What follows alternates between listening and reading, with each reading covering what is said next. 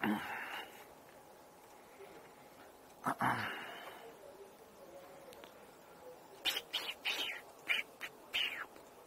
घुमा देना। Hello hello mic check. हाँ भाई, सभी का ऑडियो वीडियो क्लियर आ रहा है। Very good evening, very good evening, very good evening सभी को। कैसे है सभी, क्या हाल चाल सभी क्या है? वेरी वेरी गुड इवनिंग सभी को। क्या हाल चाल सभी के?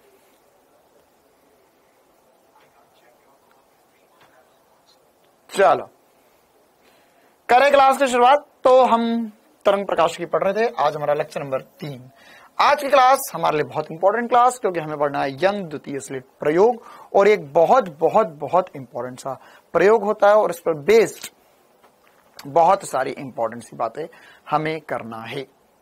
ठीक है, तो ये हमारे लिए बहुत इंपॉर्टेंट सी क्लास रहने वाली है आज की। आज की क्लास 7:30 बजे शो कर रहा है नहीं, तो आज की क्लास में हम इसे पढ़ेंगे और इस पर बेस्ड बहुत सारे क्वेश्चंस करने वाले हैं ना।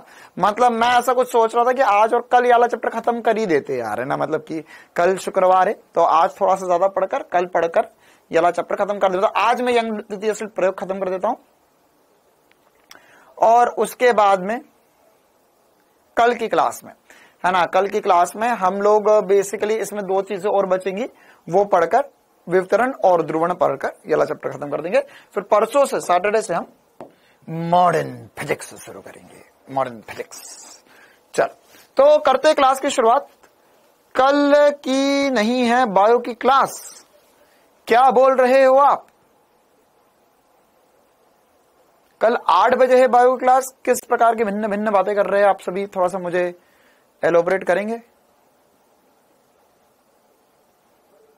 सर कल पार सर 8 बजा क्लास लगाया है।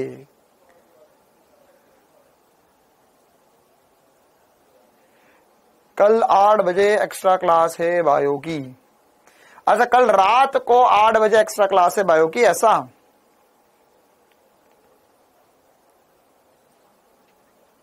अच्छा, 2 PM पर भी है और 8 PM पर भी है कल बायो की क्लास। मतलब कल तुम शुरू होना चाहते हो बायो से और खत्म होना चाहते हो बायो पर। तुम मर मिटना चाहते हो बायो के साथ, तुम जीना चाहते हो बायो के साथ और सोना चाहते हो बायो के साथ, उठना चाहते हो कल बायो के साथ। ओके, डोंट वरी, हम बीच में आके चले जाएंगे। हाँ, तो करते हैं क्लास की शुरुआत। हमें क्या पढ़ना है? हमें तो आज यंग का द्वितीय स्लिट प्रयोग करना है ना। कल मैंने आपको इसका बेसिक बता दिया था। अच्छा, रिवाइज करवाऊं या ये सारी बातें कल आपको मैंने जो बताई थी वो याद रहेगी? कि सर सबसे इंपॉर्टेंट सी बस 2 ही बातें हमारे पास, कि अगर हमारे पास विनाशी व्यतिकरण होता है और संपोषी व्यतिकरण होता है, कंस्ट्रक्टिव और डिस्ट्रक्टिव, है ना। तो कंस्ट्रक्टिव जब होता है, कंस्ट्रक्टिव मतलब इसे क्या बोला था हमने? इसे हमने बोला था संपोषी। तो संपोषी में क्या होता है? संपोषी में 2 ही इंपॉर्टेंट सी बातें हमारे लिए सर, क्या कि डेल्टा फाई जो होता है वो n पाई होता है, मतलब कि ये होता है 0 पाई 2 पाई 3 पाई, और हमारे पास डेल्टा x जो होगा, अच्छा 2n पाई होता है, सॉरी, ये तो ये हो जाए 0 2 पाई 4 पाई, और डेल्टा x जो होता है वो होता है n लैम्डा के बराबर, 0 लैम्डा 2 लैम्डा 3 लैम्डा, और n की वैल्यू कहां से रखनी है? n की वैल्यू 0 से रखनी है, 0 1 2 3 4 5 6 7 8 9 10। ठीक है। अच्छा, इसी प्रकार से अगर हम डिस्ट्रक्टिव की बात करें तो डिस्ट्रक्टिव में क्या हुआ था? डिस्ट्रक्टिव मतलब विनाशी में। तो विनाशी में क्या हुआ था? विनाशी में सर हम बोल सकते हैं कि हमारे पास फाई की वैल्यू क्या आई थी विनाशी में? बताओ भैया, फाई की वैल्यू। तो सर फाई की वैल्यू जब हमने विनाशी पढ़ा था तो आई थी 2n, पहले फाई लिख देता हूं मैं, तो 2n + 1 मैंने बोला था, इंटू पाई ले लेना यहाँ पर, और इसके बाद में डेल्टा x। तो डेल्टा x जो था sir 2n + 1 divided by 2 into lambda. और ये कब होगा? 0 λ/2, और उसके बाद में, अच्छा नहीं, ये हमने देखा था कि आपको यहाँ पर वैल्यू रखनी है 1 से, तो यहां पर n बराबर 1 से रखोगे आप, तो यहां पर, अच्छा नहीं, हमने तो माइनस वाला लिखा था ना। हाँ, माइनस वाला लिखेंगे हम। माइनस वाला मैंने आप लोगों को बताया था कि देखो दोनों हो सकते हैं, लेकिन हमें किससे करना है? माइनस वाले से करना है। तो n की वैल्यू अगर 1 रखेंगे तो यहाँ पर λ/2 3 λ/2, कहानी आगे बढ़ती जाएगी। तो यही कहानी हमने सीखी थी। क्लियर है मामला? क्या ये सभी को समझ में आ गया? चल, तो आगे बढ़ते, हम कहानी को आगे ले जाते। ये सब कुछ हमने पढ़ लिया था पिछली क्लास में, ये हमारे लिए इंपॉर्टेंट है क्योंकि अभी हमें काम आएगा। अच्छा, इसके साथ ही साथ मैंने यंग द्वितीय स्लिट प्रयोग में आपको बेसिक सी बातें बता दी थी, है ना। मैंने बता दिया कुछ ऐसा सेटअप होगा, और साथ ही साथ मैंने इसका डायग्राम भी आपको एक बना के बता दिया था। मैंने कहा था कि अगर मान के चलो हमारे पास यहाँ पर एक पर्दा लगा हुआ है, और इसके सामने मतलब एक स्लिट है, और स्लिट के सामने हमारे पास पर्दा लगा हुआ है, ठीक है। इन दोनों के मध्य दूरी हमने बोली थी डी। क्या बोली थी इन दोनों के मध्य दूरी? इन दोनों के मध्य हमने दूरी बोली थी D. D D D D D D दूरी डी थी। अच्छा, ठीक है।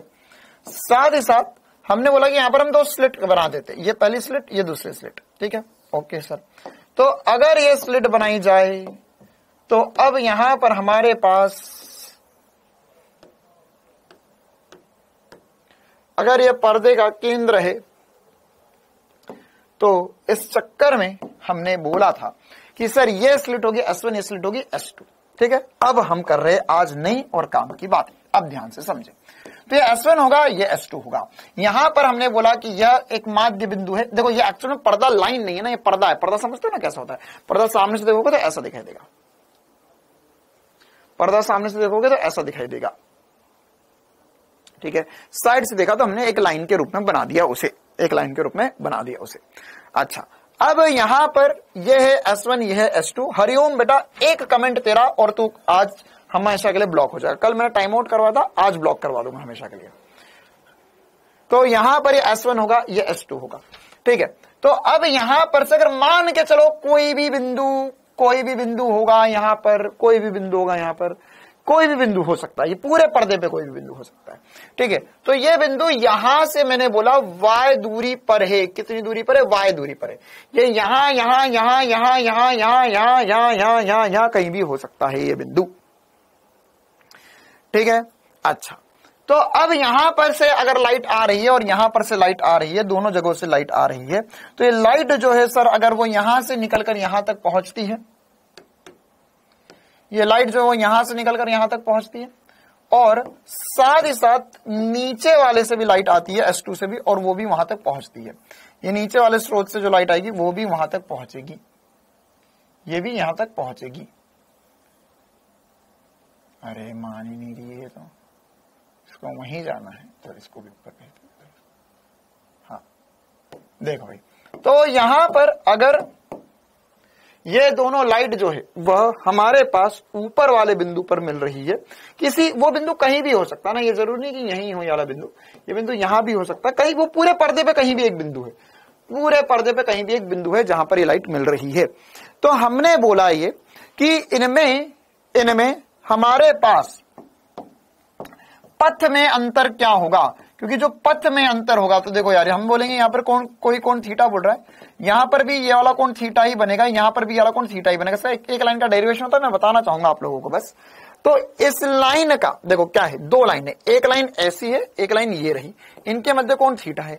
अब इस लाइन के परपेंडिकुलर ये वाली लाइन है, और इस लाइन के परपेंडिकुलर ये वाली लाइन खींच रहा हूं, तो मैं ये वाला कोण भी थीटा हो जाएगा, ठीक है। मतलब यहां पर अल्टीमेटली ये वाला कोण थीटा होगा।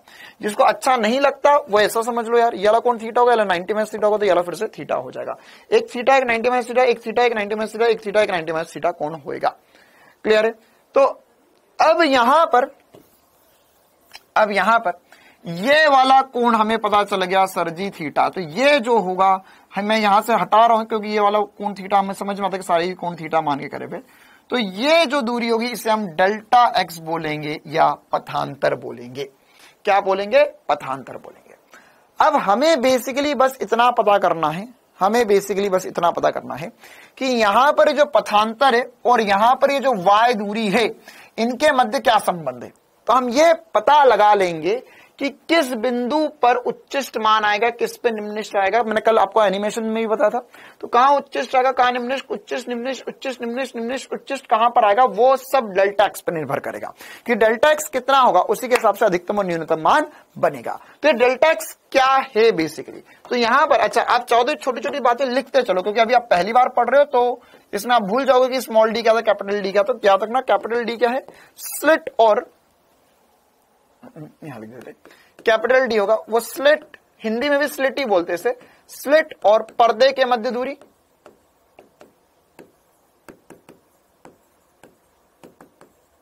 स्लिट और पर्दे के मध्य दूरी, स्मॉल डी क्या है, स्लिटों के मध्य दूरी या दोनों स्लिट के मध्य दूरी।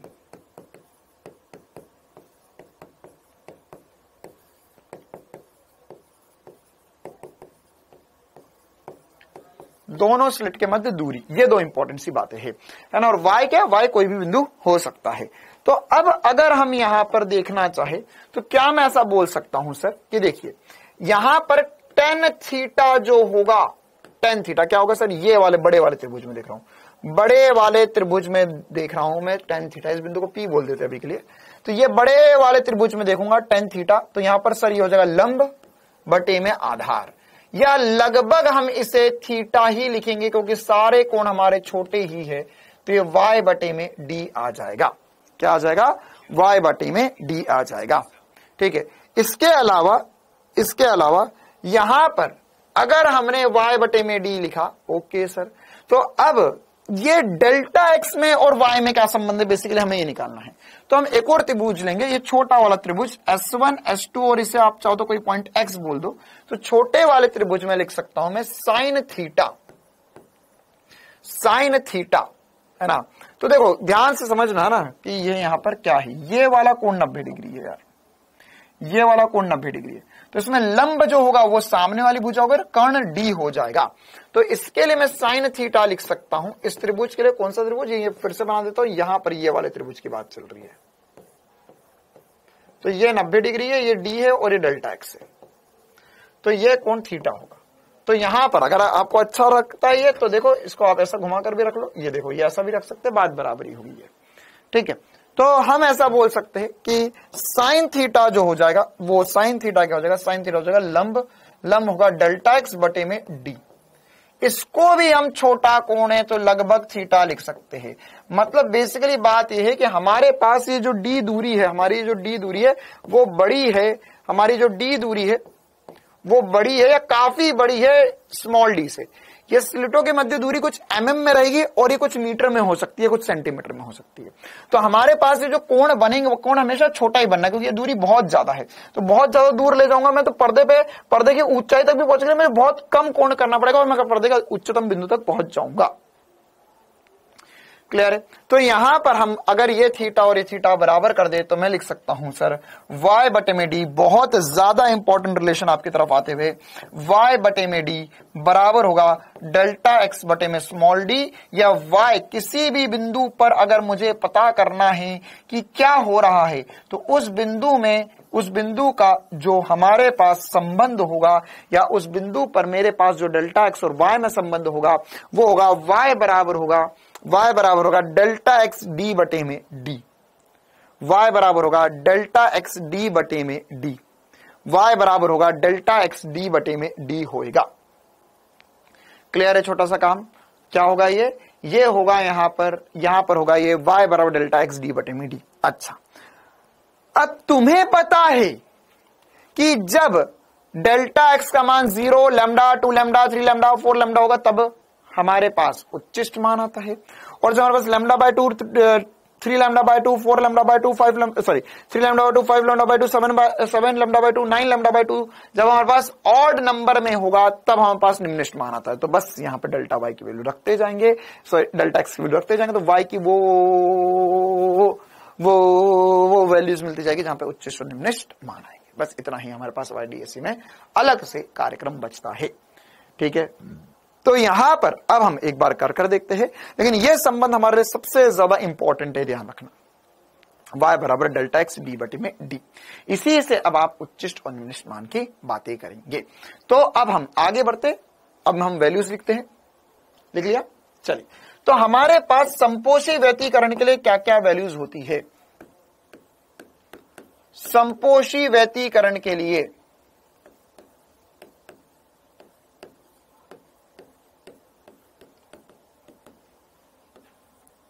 संपोषी व्यतीकरण के लिए सर डेल्टा एक्स जो होगा वह होगा हमारे पास, डेल्टा एक्स जो होगा सर ये आएगा मेरे पास 0, lambda, 2 lambda, 3 lambda, 4 lambda, 5 lambda. तो इसके लिए हम बोल सकते हैं कि सर y की वैल्यूज आएगी मेरे पास 0, lambda D by D, 2 lambda D by D, 3 lambda D by D. देखो लैम्बडा डी बाई डी की वैल्यू कुछ ना कुछ आएंगी, है ना, लैम्बडा डी बाई डी की वैल्यू कुछ ना कुछ आएंगी, लेकिन 0 1 2 3 4 ये देख, अगर मान के लैम्बडा डी बाई डी की वैल्यू तेरे पास आ गई 2 mm, तो 0 2 mm 4 mm 6 mm 8 mm 12 mm 6 mm 6 mm 8 mm 10 mm 12 mm 14 mm, इन सब पे तुम्हें उच्चतम मान प्राप्त होगा। और ये सब क्या, ये दूरियां कहां से मापी गई है? ये पर्दे के माध्य बिंदु से दूरियां मापी गई है, पर्दे के माध्य बिंदु से दूरियां मापी गई है। चिंता मत कर, मैं तुझे पर्दा बनाकर बताऊंगा। इसी प्रकार से अगर हम विनाशी व्यतिकरण की बात करें, विनाशी व्यतिकरण की बात करें तो इसमें क्या होगा सर जी?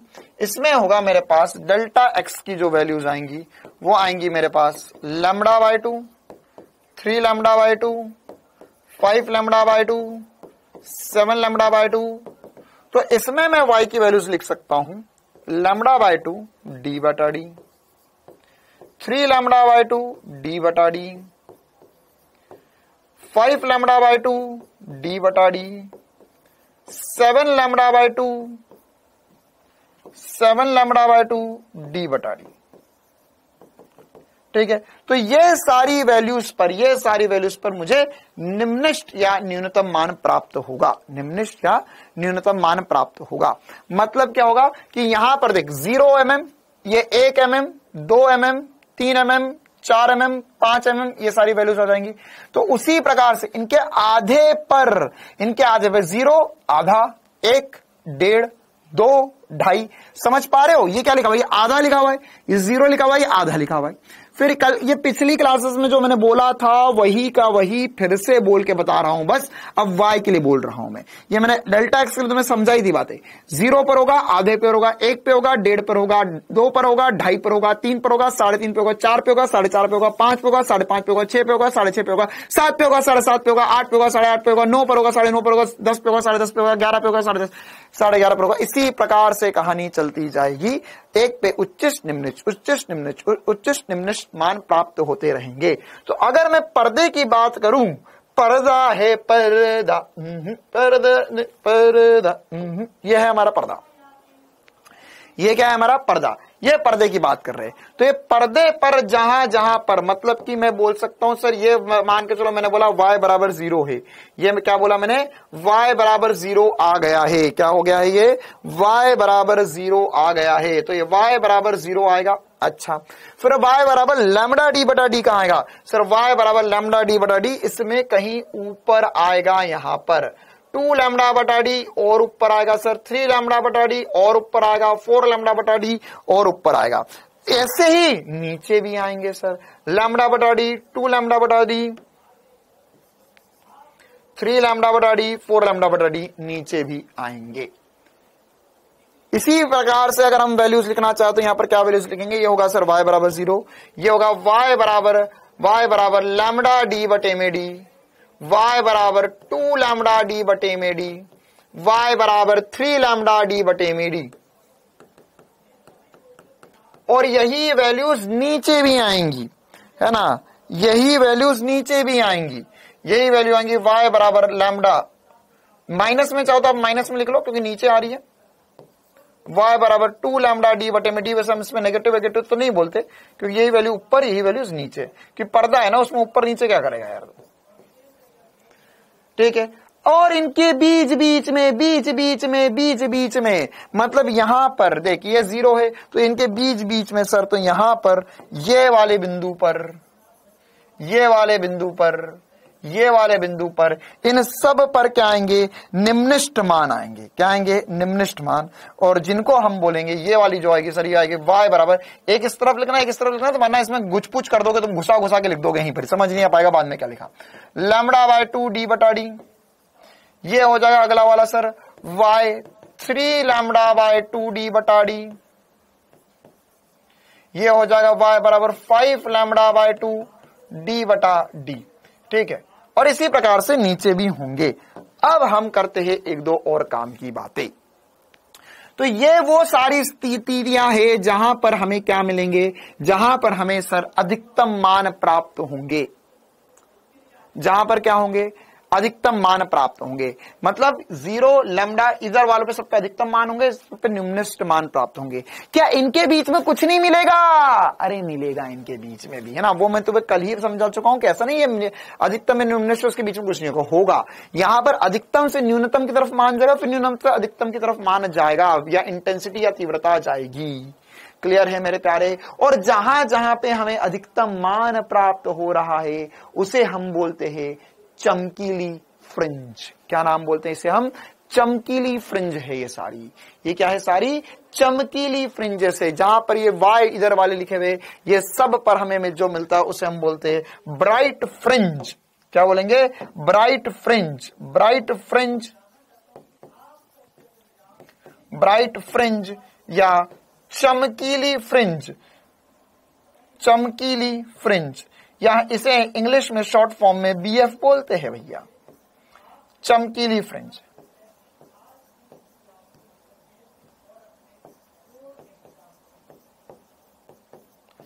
चमकीली फ्रिंज। तो अब नाम भी होते हैं, इनके नाम भी होते हैं। क्या? ये जो होता है ये होता है माध्य चमकीली फ्रिंज, माध्य बीएफ या माध्य चमकीली फ्रिंज, या इंग्लिश में बोलते हैं इसे सेंट्रल बीएफ, सेंट्रल चमकीली फ्रिंज, या सीबीएफ। क्या नाम देंगे हम इसे? सीबीएफ, सेंट्रल चमकीली फ्रिंज। इसी प्रकार से, अच्छा, इसे कोई कहीं कहीं पे चमकीली की जगह दीप्त भी बोला जाता है। क्या बोला जाता है? दीप्त भी बोला जा सकता है ना। तो यह भी लिख लो, कहीं पर आपको सवाल मिलेगा दीप्त फ्रिंज। दीप्त भी मतलब चमकीली फ्रिंज की बात कर रहा है। इसे हम प्रथम चमकीली फ्रिंज बोलेंगे। इसी प्रकार से इसे बोलेंगे हम द्वितीय, सॉरी, यह माध्य चमकीली फ्रिंज हो गया, यह प्रथम चमकीली फ्रिंज होगा, यह द्वितीय चमकीली फ्रिंज होगा, यह तृतीय चमकीली फ्रिंज होगा, तृतीय चमकीली फ्रिंज होगा।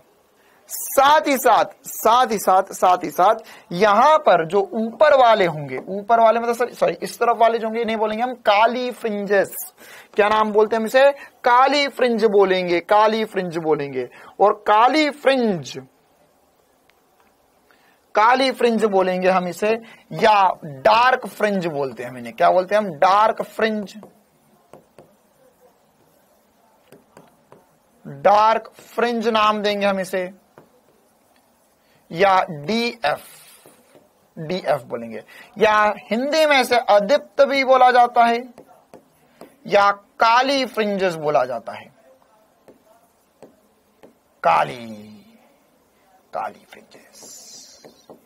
तो अब देख ध्यान से, इसमें जो पहली काली फ्रिंज होगी उसे हम बोलेंगे फर्स्ट डीएफ। क्या बोलेंगे? First DF.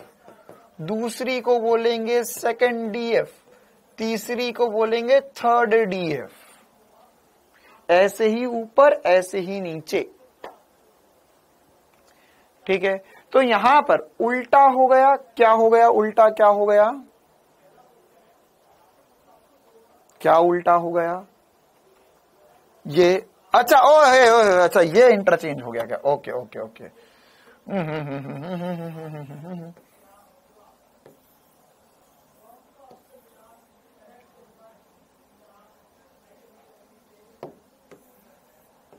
ठीक है, सेट है मामला। हाँ भाई, तो यहां पर ये जो कहानी चली है हमारी, इस कहानी में हमारे पास क्या क्या बातें हमें ध्यान रखनी है। सबसे पहली बात हमारे पास कि यहां पर जो विनाशी व्यतिकरण होता है, या विनाशी व्यतिकरण में हमारे पास काली फ्रिंजेस प्राप्त होती है, और एक काली में जीरो नहीं होता है। काली में पहली काली, दूसरी काली, तीसरी काली, चौथी काली, पांचवी काली, छठी काली, काली ही काली। लेकिन इसमें जीरो काली कुछ नहीं होता है ना। ये क्या है, ये इसमें जीरो काली नहीं होता है। इसी प्रकार से चमकीली जो होती है उसमें एक चमकीली, दो चमकीली, तीसरी चमकीली, उसमें जीरो चमकीली भी होता है, जिसे हम बोलते हैं सेंट्रल ब्राइट फ्रिंज। क्या बोलते हैं, सेंट्रल ब्राइट फ्रिंज। तो अगर आप व्यापक रूप से फॉर्मूला लिखना चाहो, व्यापक रूप से फॉर्मूला लिखना चाहो तो आप यहां पे लिख सकते हो y बराबर होगा n लैम्डा d बटे में d। क्या होगा, y बराबर n लैम्डा d बटे में d। यहां पर n की वैल्यू 0 रखोगे, n की वैल्यू 1 2 3 4 5 6 रखते जाओगे तो आपके पास वैल्यू आती जाएगी। y n बराबर 0 रखने पर क्या आएगा, n बराबर 0 रखने पर माध्य आएगा, n बराबर 1 रखने पर प्रथम, n बराबर 2 रखने पर द्वितीय, n बराबर 3 रखने पर तृतीय चमकीली फ्रिंज आएगी।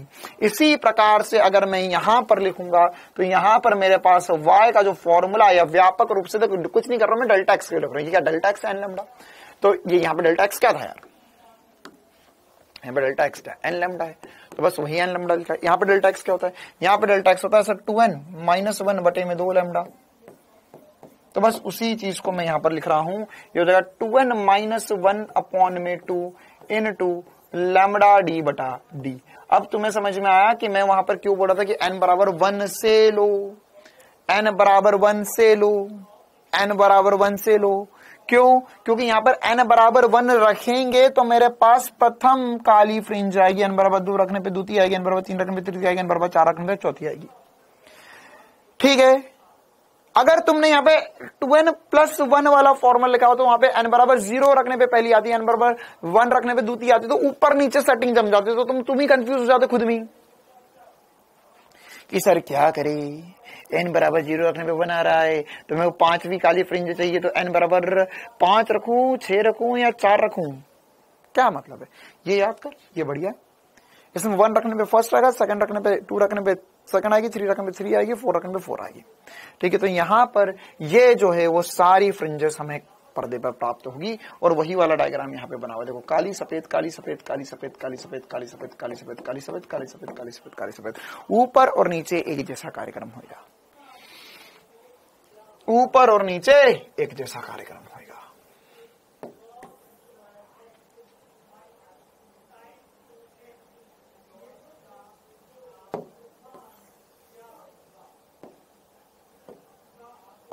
मैं यहां पर भी बना देता हूं,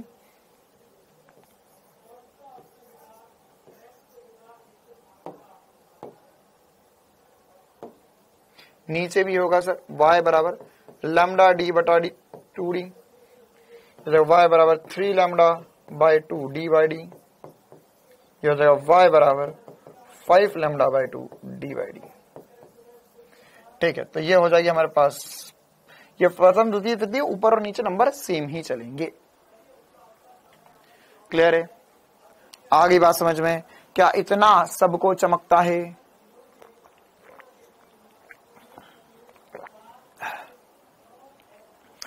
या इसी प्रकार से आप चाहो तो मैं इसको ऐसा भी लिखवा सकता था ना कि वाई, फिर से एक बार अगर टाइम पास करना है आपको कि बात नहीं समझ में तो ऐसा लिख लो भैया कि चमकीली, फिर से हेडिंग डाल लो, चमकीली फ्रिंज कब बनेगी और काली फ्रिंज कब बनेगी। तो ब्राइट फ्रिंज के लिए हमारे पास होगा सर वाई का फॉर्मूला एन लैम्डा डी बटा डी, बच्चे ऐसे भी याद करते हैं। यहाँ पर y बराबर 0 रखेंगे तो मेरे पास सेंट्रल ब्राइट फ्रिंज आएगा, है ना। ये कब होगा, n बराबर 0 रखने पर y बराबर 0 होगा, n बराबर 1 रखने पर मेरे पास y बराबर लैम्डा डी बाई डी होगा, ये मेरे पास फर्स्ट ब्राइट फ्रिंज बनेगी।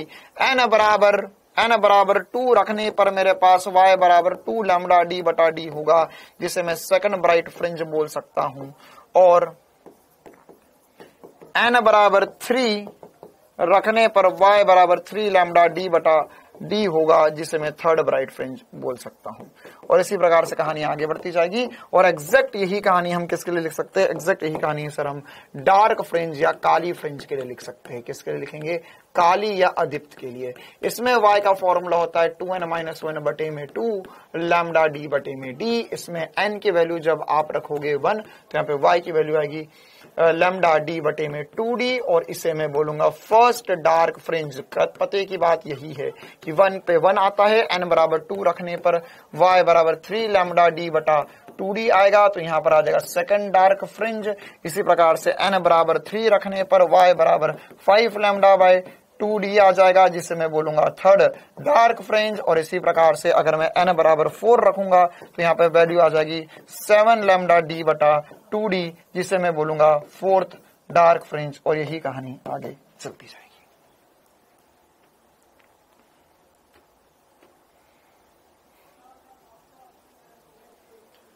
आ गया समझ में?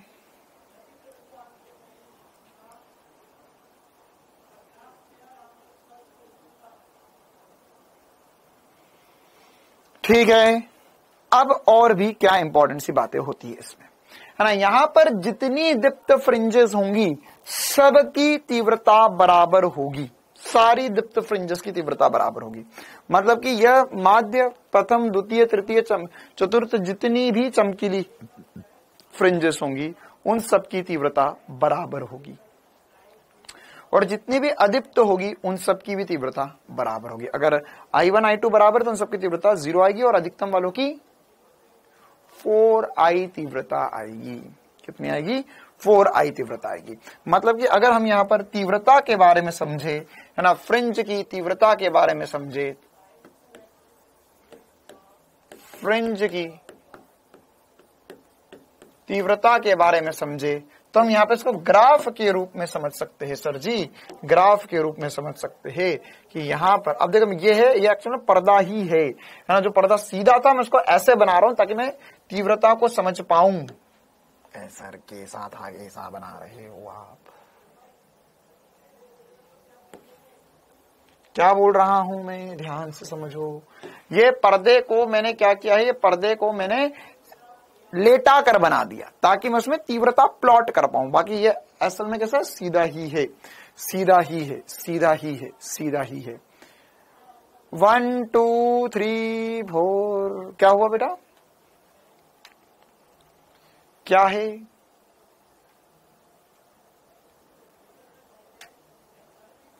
कुछ गड़बड़ मामला, गड़बड़ झाला? अच्छा सर धीरे धीरे बोलो। नहीं बेटा मैं इससे धीरे नहीं बोल सकता, क्या करूं मैं, मजबूर हूं, है ना, वरना कुछ बच्चे मुझे क्लास से भगा देंगे, बोलेंगे इस आदमी से तो हमें नहीं पढ़ना। अरे 5 नहीं है मेरे प्यारे, 3 ही लिखा हुआ है, वो 3 ही लिखा हुआ है वो, है ना। अगर इससे धीरे मैं बोलूंगा तो कुछ बच्चे मुझे क्लास से भगा देंगे, बोलेंगे यार इस आदमी को भगाओ यार, है ना, ये रोज आके एक ही चीज पढ़ा रहा और वही इतने धीरे धीरे बोलता रहता है। तो पिछले 4 घंटे से जब से हम पढ़ रहे हैं फिजिक्स, कल 1.5-2 घंटे पढ़े, आज 1.5-2 घंटे पढ़ा है, उन सबको मिला के कुछ एक ही बात पढ़ी और वो भी इतने आराम आराम से पढ़ रहे।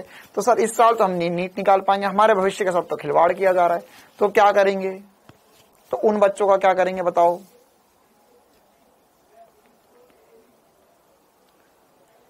चलो आगे बढ़ते हैं। हाँ भाई, तो ग्राफ कैसा बनेगा ना, मुझे पता है बेटा कौन सी चीज कितनी तेज बोलनी है। मैं एक्चुअली में अगर तुझे ये लगा ना मैंने तेज बोला तो मतलब तूने कल पढ़ा नहीं। हाँ कौन था, अब वापिस आ, कहां गया, है ना। जिसने ये बोला कि सर आपने ये तेज बोला तो उसने कल पढ़ा नहीं घर पे जाकर। क्यों? क्योंकि अगर वो कल की क्लास पढ़ के आता तो उसको लगता है तो कल वाला ही चल रहा है अभी तक, same to same copy paste. देखो धूप में खड़े होकर बाल सफेद नहीं करवाए मैंने अपने। अब ये क्या है सर, ये है वाई अक्ष, ये है वाई अक्ष। ऐसा वाई लेटा हुआ है, हाँ आज वाई लेटा हुआ है, और यहाँ पे ये तीव्रता है। ये क्या है? तीव्रता है। मतलब कि यहां पर यह अधिकतम मान है, ये फिर उसके बाद में कम होता है, फिर ये वैल्यू बढ़ती जाती है। एक बार हम क्या डॉट डॉट डॉट डॉट करके एक लाइन बना देते हैं जिसके उससे हमारा ग्राफ अच्छा बनता है।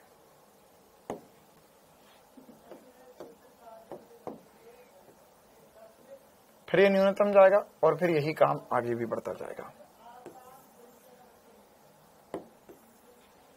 यही बात इधर भी होगी। अच्छा नहीं बन रहा भैया, तो हाँ ऐसा बना देते हैं।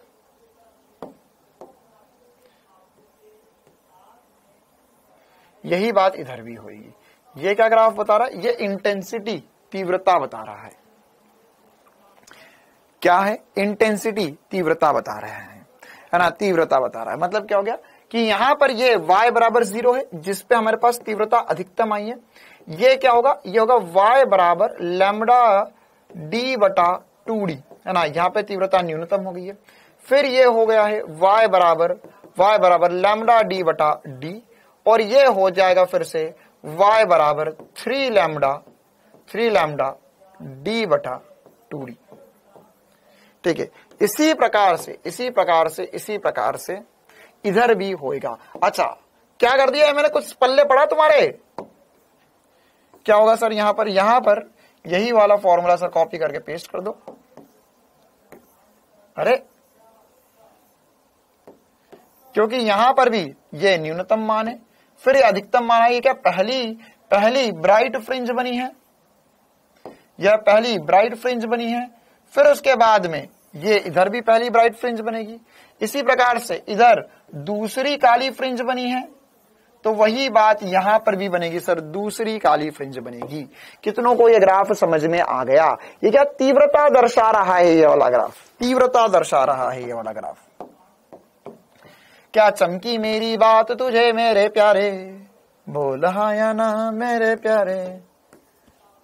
ये क्या है, ये सेंट्रल ब्राइट फ्रिंज है, ये फर्स्ट डार्क फ्रिंज है, ये फर्स्ट ब्राइट फ्रिंज है, ये सेकंड डार्क फ्रिंज है, और वही कहानी इधर भी है। डार्क फ्रिंज पे इंटेंसिटी न्यूनतम होगी, फिर अधिकतम हो जाएगी ब्राइट फ्रिंज पे। क्लियर है मामला? आ गई बात समझ में सभी को?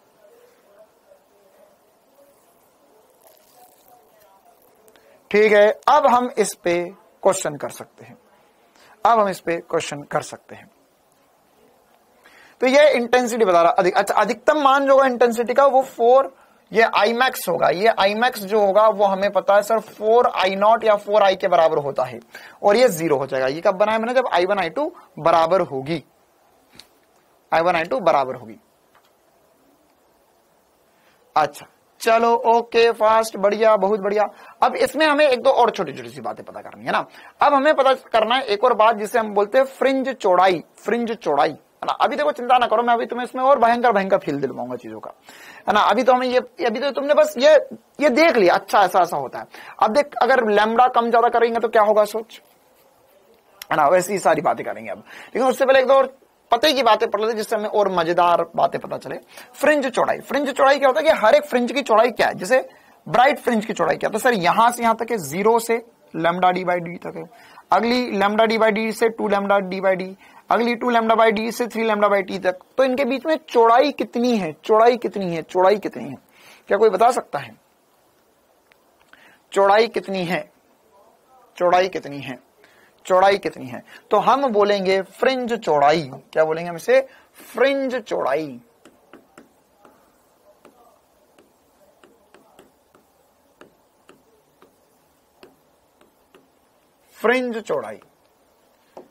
तो फ्रिंज चौड़ाई क्या होती है? फ्रिंज चौड़ाई हम इसे चिन्हित करते हैं बीटा से। किससे चिन्हित करेंगे सर? बीटा से। तो हम चाहे तो इसे देखो, कोई किसी के बीच में तुम दूरी देखो बात बराबरी, जैसे 2 ब्राइट के या 2 डार्क के, इन दोनों के बीच में दूरी निकाल, लैम्बडा डी बाई डी आएगा। इन दोनों के बीच में लैम्बडा डी बाई डी आएगा। यहां पर देख ले, यहां पर क्या होगा सर? यहां पर होगा, यह है लैम्बडा डी बाई 2d, यह है 3 lambda D by 2d। Minus कर जरा, कितना रहा है? ये देखिए क्या लिखा हुआ है, 0 1 2 3 4 5 6। माइनस करूंगा तो सर 1 1 1 आएगा। ये लिखा हुआ है आधा, 1.5, 2.5, 3.5। तो माइनस करूंगा तो आधे में 1.5 में से आधा गया, 1 बचेगा।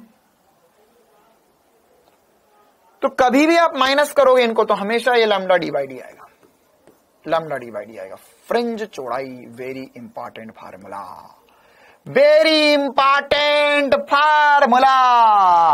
फ्रिंज चौड़ाई। तो देखो y बराबर जो हमने लिखा था वो लिखा था डेल्टा एक्स डी बटा डी। ठीक है, तो इसमें और इसमें फ्रिंज चौड़ाई में भी संबंध लिखा जा सकता है, बीटा बटा डी जो हो जाएगा, है ना। मैं इसे लिख सकता हूं बीटा बटा लैम्बडा, सॉरी। ये क्या है? अरे ये y का जनरल फॉर्मूला जो पढ़ाया था, बोल प्यारे, याद आया कुछ?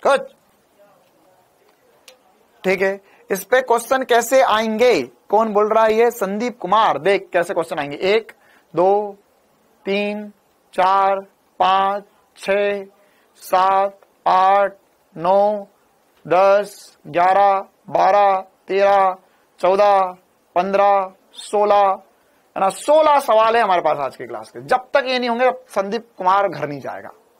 ठीक है संदीप, ऐसे सवाल आएंगे, इतने सारे आएंगे, तब तैयार हो जाओ, सारे तुम्हें को ही करने हैं और भी आगे। तो क्या ये बात समझ में आ गई? बीटा, बीटा क्या होगा बेटा? बीटा होगा सर लैम्डा डी बटा डी होगा। अच्छा, अब यहां पर अब मजा आएगा ना गुरु, है ना। एसपी सर से पंगा मत लिया कर। एक और छोटी सी बात होती है जिसको बोलते हैं कोणीय चौड़ाई। क्या बोलते हैं? कोणीय चौड़ाई।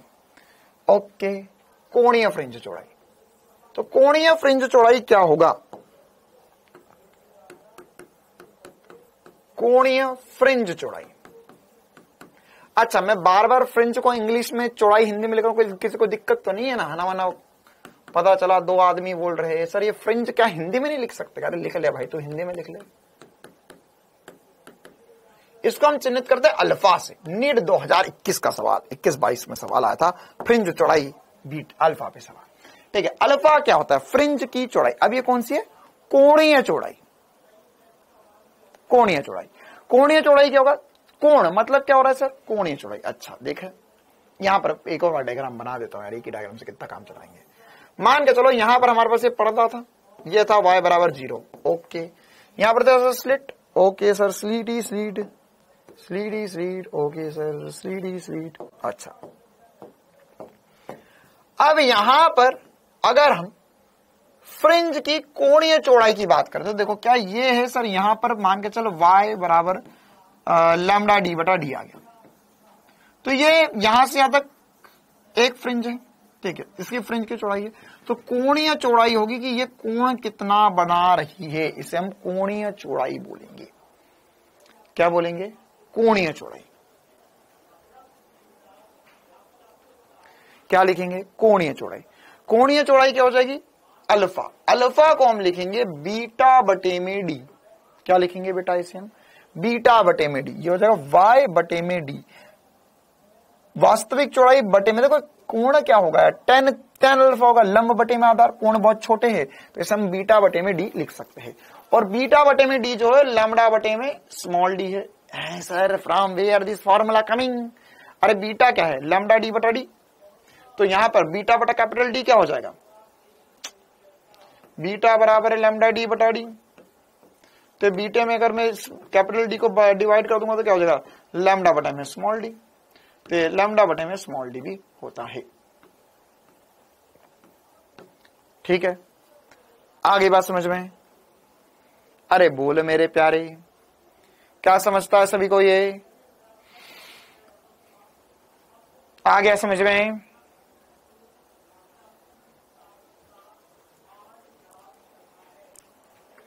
चल, अब हमें ऐसा समझना कि बीटा कैसे बदल सकता है बेटा। मतलब सर क्या कभी बीटा बदल सकता है? क्या कभी बीटा बदल सकता है? ठीक है, तो बीटा कैसे बदल सकता है, इस पे एक और लास्ट चर्चा करनी है। तो बीटा की चर्चा खत्म कर देते हैं, फिर उसके बाद में हम अब क्वेश्चन पर ही जाएंगे। आखिरी स्लाइड है, फिर क्वेश्चन ही क्वेश्चन है हमारे पास। तो हम देखते हैं बीटा में परिवर्तन, बीटा में परिवर्तन या बीटा की निर्भरता, बीटा में परिवर्तन। ठीक है, ये इंपॉर्टेंट सी बात है अब हमारे लिए। बीटा में परिवर्तन, बीटा में परिवर्तन कब कब आएगा? तो सर बीटा जो है वो है लैम्डा डी बटे में डी। मतलब कि अगर मैं स्लिट के मध्य दूरी को, देखो ध्यान से, अब अगर मैं स्लिट के मध्य दूरी स्मॉल डी को कम कर दूंगा तो फ्रिंज चौड़ाई बढ़ जानी चाहिए। पर्दों के मध्य, पर्दे और स्लिट के मध्य दूरी बढ़ा दूंगा तो बीटा बढ़ जाना चाहिए। लैम्डा बढ़ा दूंगा तो बीटा बढ़ जाएगा। मतलब सर लैम्डा जो है वो रेड रंग का ज्यादा है वॉयलेट रंग से, तो बीटा जो होगा वो रेड रंग का ज्यादा आएगा वॉयलेट रंग से। सीधी सीधी बात, लैम्डा डी बाई डी पे डिपेंड करेगा ये। जैसे सर कुछ फील करवा दो। हाँ सर हम है भूखे एनिमेशन वाले, एनिमेशन दिखाओ सर, है ना सर, मजा आता है सर। सर एनिमेशन के भूखे हैं हम सर। देखो भाई, हाँ तो यहां से लाइट आ रही है, अब यहां पर स्क्रीन भी लगा देते हैं हम। स्क्रीन कहां गई? No screen in this slit graph screen light. अच्छा, लाइट के स्रोत नहीं है ना, ये इसीलिए स्क्रीन नहीं थी। ठीक है, ओके, फिर से मेहनत करना पड़ेगी।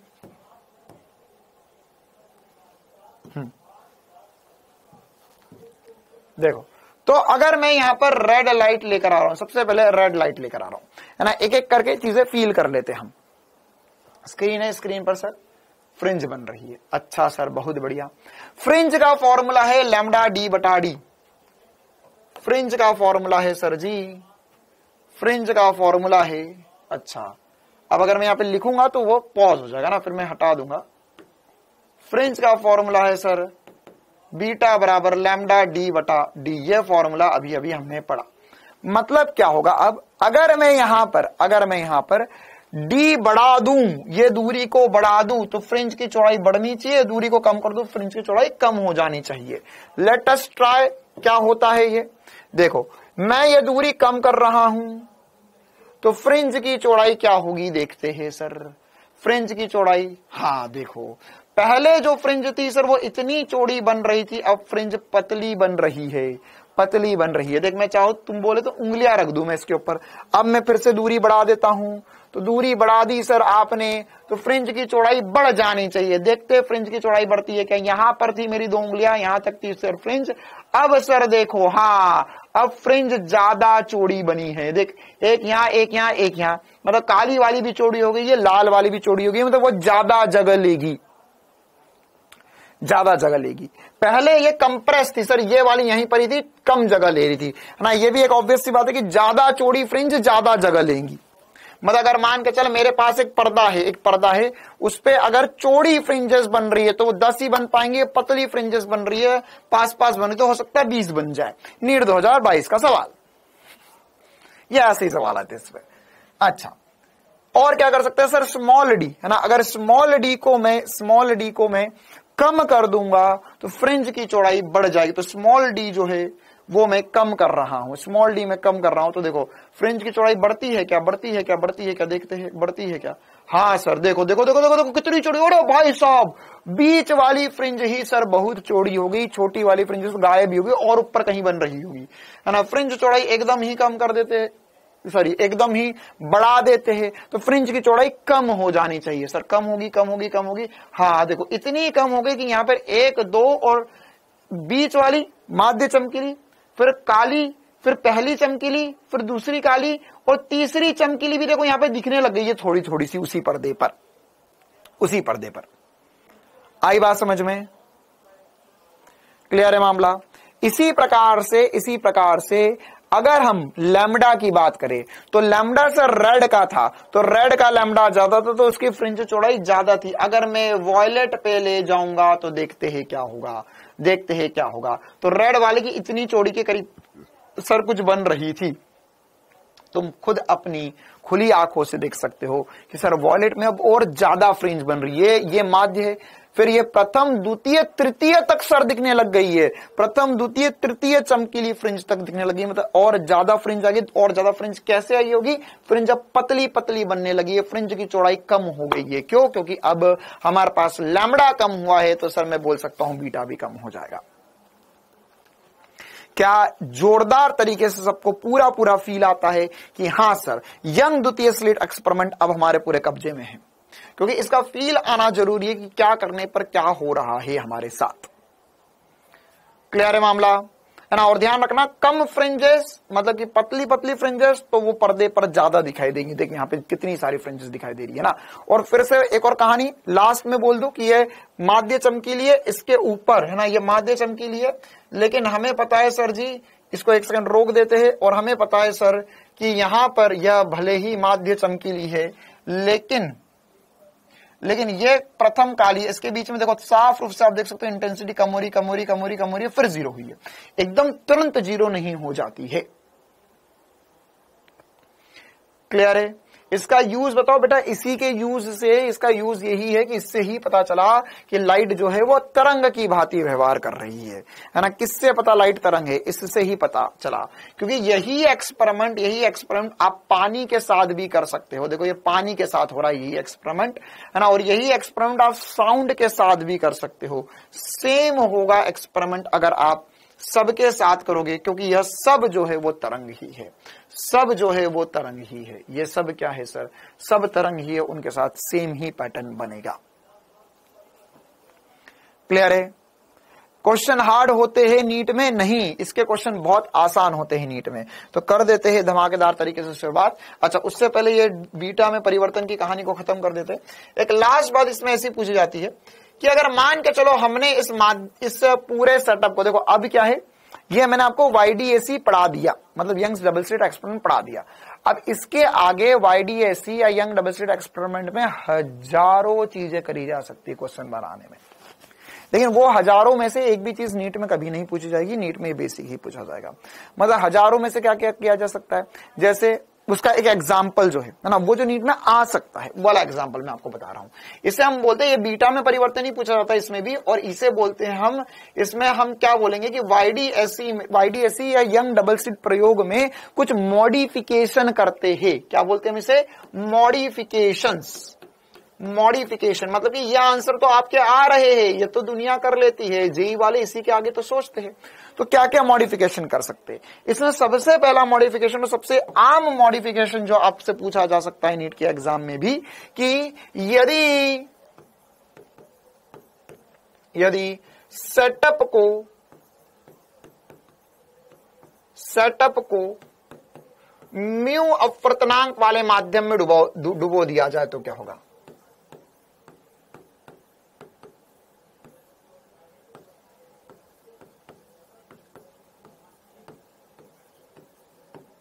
माध्यम में डाल दिया जाए,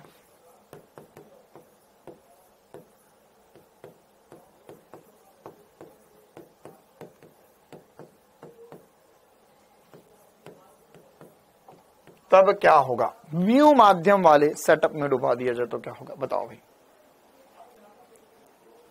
मुझे पता था यही कहने वाले हो, बहुत बढ़िया।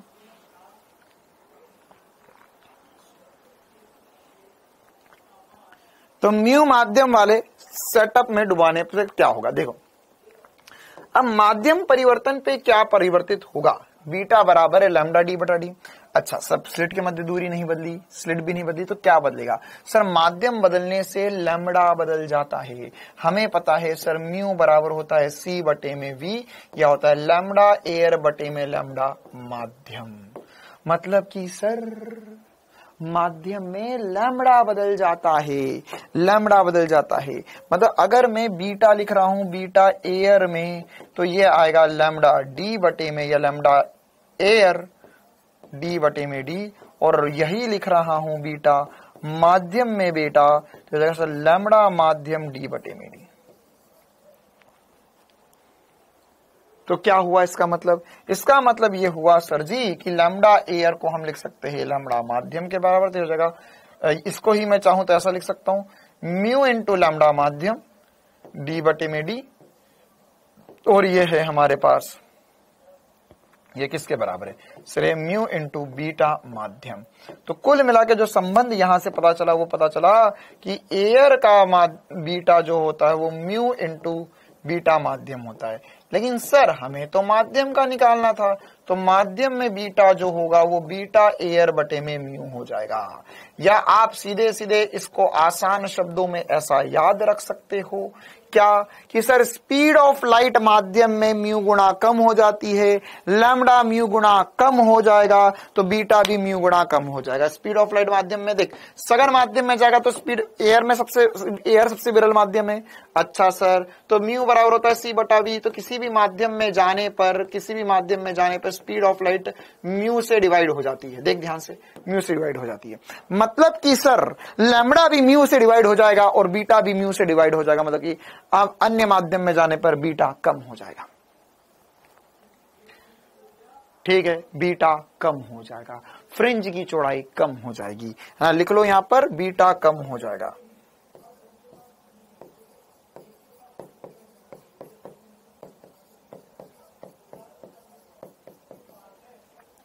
ठीक है, बीटा कम हो जाता है, फ्रिंज की चौड़ाई कम हो जाती है। फ्रिंज की चौड़ाई कम हो जाएगी, अच्छा सर और क्या मॉडिफिकेशन हो सकते हैं? फिर बोलेंगे कि यार इसमें फिर कुछ भी करते हैं जेई वाले, तो कुछ भी करते हैं, बोलते यार ये एक स्लिट है, ये 2 स्लिट है, ये स्क्रीन है, तो मान के चल मैंने क्या किया, स्क्रीन को लेकर दौड़ गया। मतलब पहले कुछ पैटर्न बन रहा था, तो कहीं पर सेंट्रल मिनिमा मैक्सिमा आ रहा था, फिर 1 2 3 4 5 6 फ्रिंजेस मिल रही थी, तो इसको लेकर दौड़ रहे। अब 2 सेकंड तक दौड़े, अब बताओ कहां पे कौन सी फ्रिंज बनेगी, ऐसा कुछ बोल देंगे। मतलब दूरी बढ़ा दी उनने, दूरी बढ़ा दी, 2 सेकंड तक दौड़े, मतलब क्या स्क्रीन आगे चलेगी तो दूरी बढ़ गई। अब बताओ फ्रिंज चौड़ाई क्या हो जाएगी। इसी प्रकार से बहुत सारी बातें पूछी जा सकती है। ठीक है, व्हाइट लाइट उपयोग कर ली, श्वेत प्रकाश के साथ एक्सपेरिमेंट कर लिया तो क्या होगा। श्वेत प्रकाश वाला तो मैं भी तुम्हें बताऊंगा, लेकिन उसके अलावा है ना, ऐसा बोलेंगे दोनों में से एक स्लिट के सामने हमने ग्लास स्लैब लगा दिया, एक स्लिट के सामने ग्लास स्लैब लगा दिया। अब बताओ क्या होगा। दोनों स्लिट के सामने अलग अलग ग्लास स्लैब लगा दिए, बताओ क्या होगा। ऐसी बातें बोलते हैं। चलो वो तो सब हम देखते हैं, अगर हमारे पास समय रहता है उसके हिसाब से। पहला सवाल अभी आप देखो, यंग के द्वितीय स्लिट प्रयोग में लैम्डा बराबर 6000 है के लिए केंद्र फ्रिंज से तीसरी दीप्त फ्रिंज तक पहुंचने वाली प्रकाश तरंग के बीच का अंतर क्या होगा।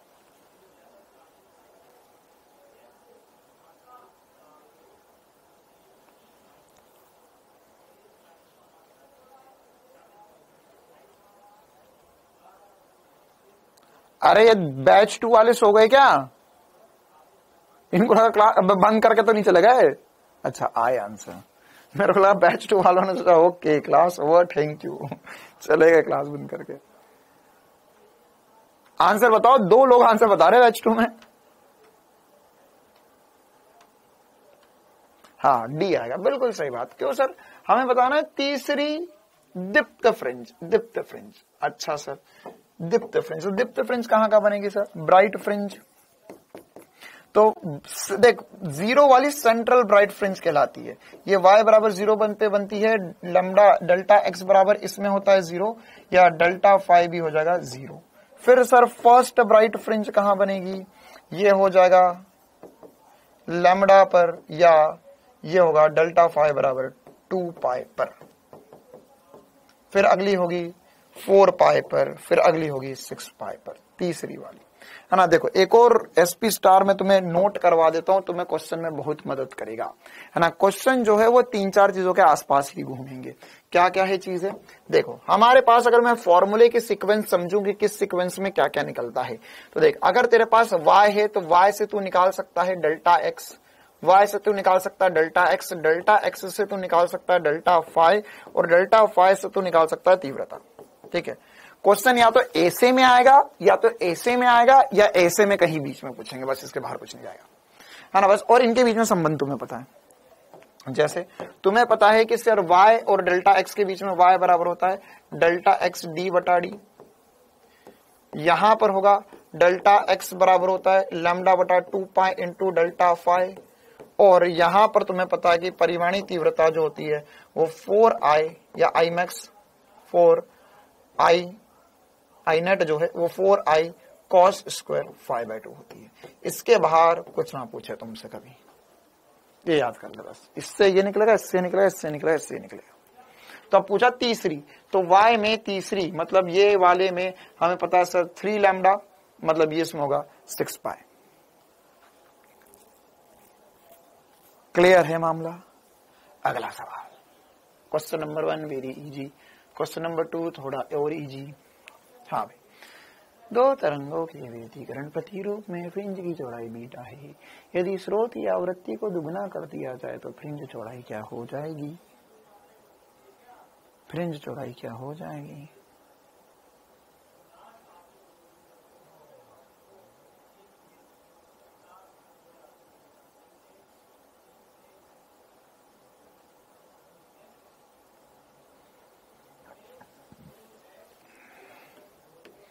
पता नहीं क्या खाकर आते हो तुम सब, कौन सी चक्की का आटा खा रहे हो, जो तुम्हारा दिमाग खा जाती है। अरे कितनी बार बता दिया क्या कि सर आवृत्ति, तूने कभी फार्मूले में आवृत्ति देखा क्या? लैम्डा डी बटा डी। मैंने बोला ना आवृत्ति केवल स्रोत पे निर्भर करती है, आवृत्ति बदलने से कुछ नहीं बदलता।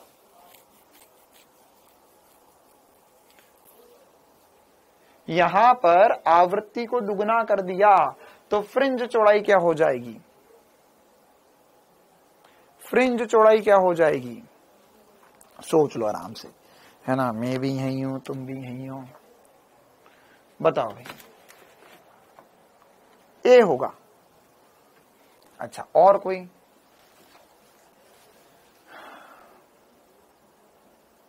ए होगा, चलो ठीक है, ए कर देते हैं।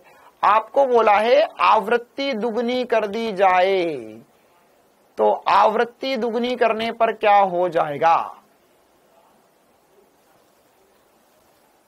ए होगा, चलो ठीक है, ए कर देते। नहीं सर बच्चे बोल रहे ए कर दो। कैसे होगा ए? सर हमने लगाया वेरी सिंपल लॉजिक, क्या कि सर फ्रिंज की आवृत्ति दुगनी कर देंगे तो फ्रिंज चौड़ाई आधी हो जाएगी। ए होगा कंफर्म। हाँ सर, सर हमने बोला कि C बराबर होता है लैम्डा इंटू फ्रीक्वेंसी। C बराबर क्या होता है? Lambda into frequency. तो क्या होगा सर यहाँ पर लैम्डा जो होगा सर, लैम्डा जो होगा वो अगर आवृत्ति जो होगी वो अगर आपने डबल कर दी तो सर लैम्डा तो आधा हो जाना चाहिए, लैम्डा तो आधा हो जाना चाहिए, लैम्डा लैम्डा बाय 2 हो जाना चाहिए। तो लैम्डा अगर सर लैम्डा बाय 2 हो गया तो बीटा क्या हो जाएगा? बीटा आधा हो जाएगा। ठीक है। अच्छा सर, सर लेकिन सर फ्रीक्वेंसी तो ये सर फ्रीक्वेंसी तो हमारे पास फॉर्मूले में है ही नहीं सर, फ्रीक्वेंसी तो फॉर्मूले में हो ही नहीं सर। पहले वाला बता दो, पहले वाला क्या बता दो?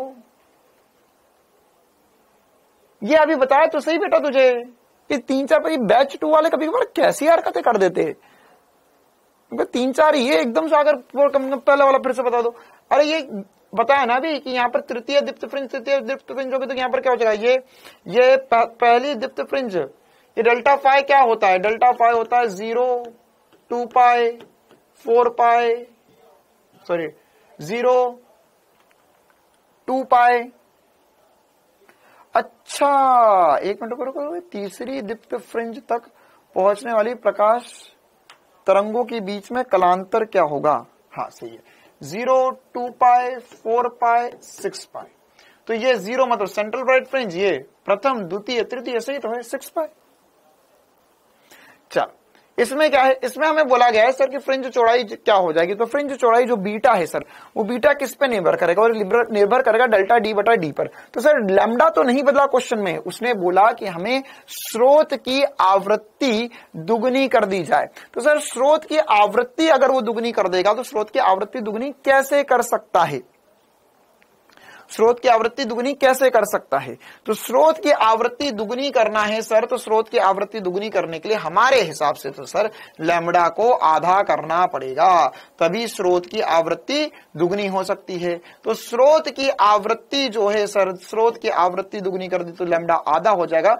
क्यों? क्योंकि अगर हम माने कि स्पीड ऑफ लाइट कांस्टेंट है, स्पीड ऑफ लाइट कांस्टेंट है, तो यहां पर जो बेस्ट पॉसिबल आंसर हो जाएगा वो क्या हो जाएगा सर? लैम्डा बटा 2, लैम्डा बटा 2 या फिर हम बीटा बटा 2 कर सकते हैं, है ना। तो ये उनका ये आंसर है या नहीं है मुझे नहीं पता, है ना, क्योंकि तुम लोग ही इसमें फोकट का आसान सा सवाल था। ये उन लोगों का जवाब है जो कहना चाह रहे बीटा बटा 2। और मैंने तुम्हें बता दिया 2 तर्क है। पहला तर्क है कि सर इसमें बीटा तो है ही, लैम्डा तो है ही नहीं, सॉरी लैम्डा है सर, आवृत्ति तो है ही नहीं, तो यहां पर सर आवृत्ति नहीं है तो बीटा तो बदलना ही नहीं चाहिए। अब तुम लोग डिसाइड करके बताओ कि फर्स्ट होगा या सेकंड होगा इसका आंसर, है ना। आधी क्लास बोल रही है सर ए होगा, आधी क्लास बोल रही है बी होगा। तुम जो बोलोगे वो टिक कर दिया जाएगा। अब ए होगा, अब सब बदल गए।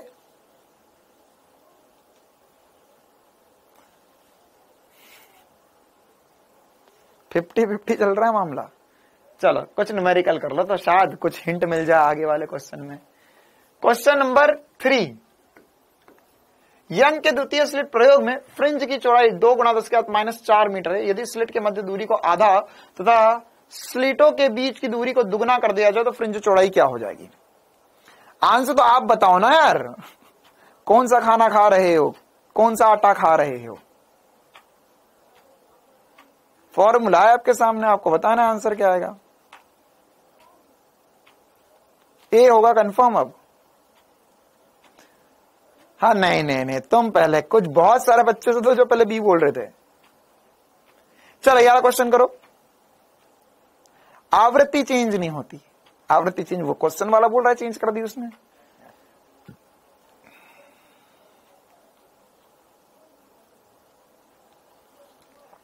बेसन की तिल्ली खा रहे हो, ये कौन सी चीज है भाई? बेसन के लड्डू सुने थे मैंने तो कभी।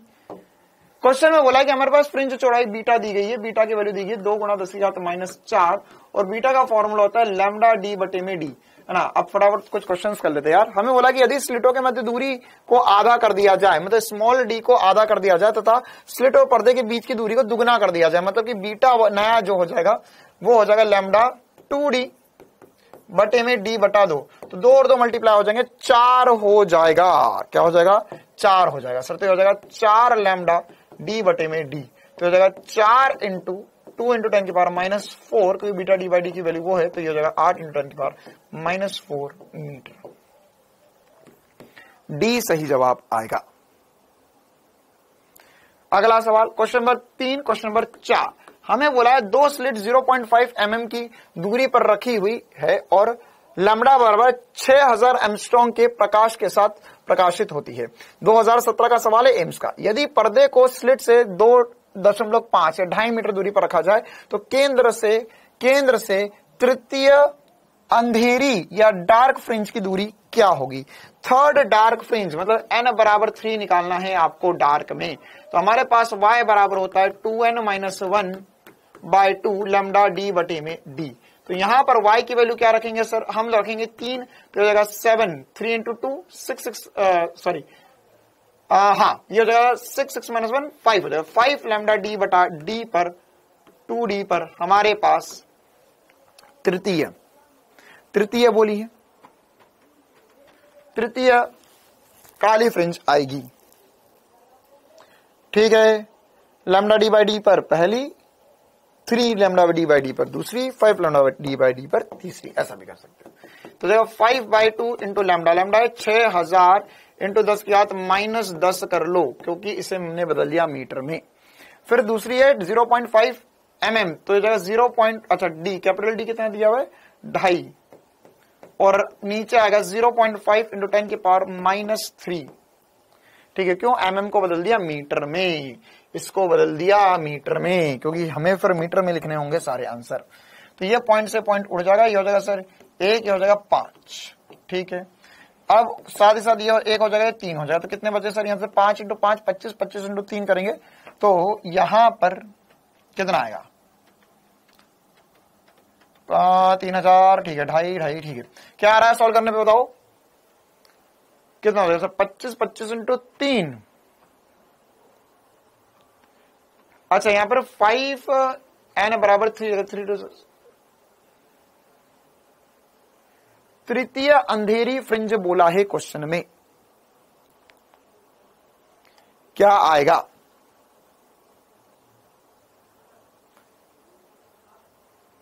क्वेश्चन में तो कुछ गड़बड़ मामला भैया।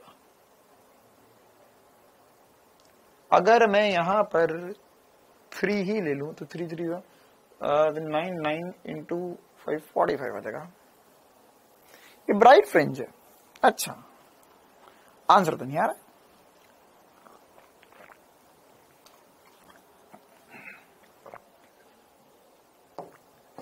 एक बार सॉल्व करो, क्या आ रहा है?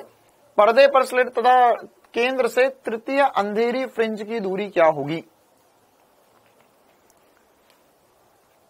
कितना आ रहा है इसको सॉल्व करने पर?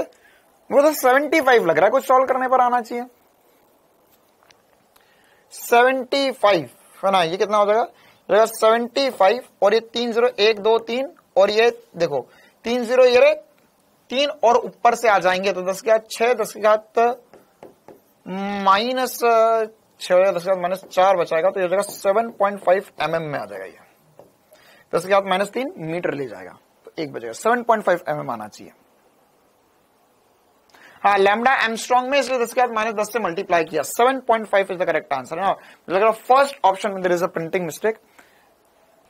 ये ब्राइट फ्रिंज, हाँ ब्राइट फ्रिंज लोगे तो ऑब्वियस सी बात है उसकी में आगे वाली आ जाएगी, तो तीसरी ब्राइट फ्रिंज लोगे तो 3 लैम्डा डी बाई डी कर लोगे वहां पर आप।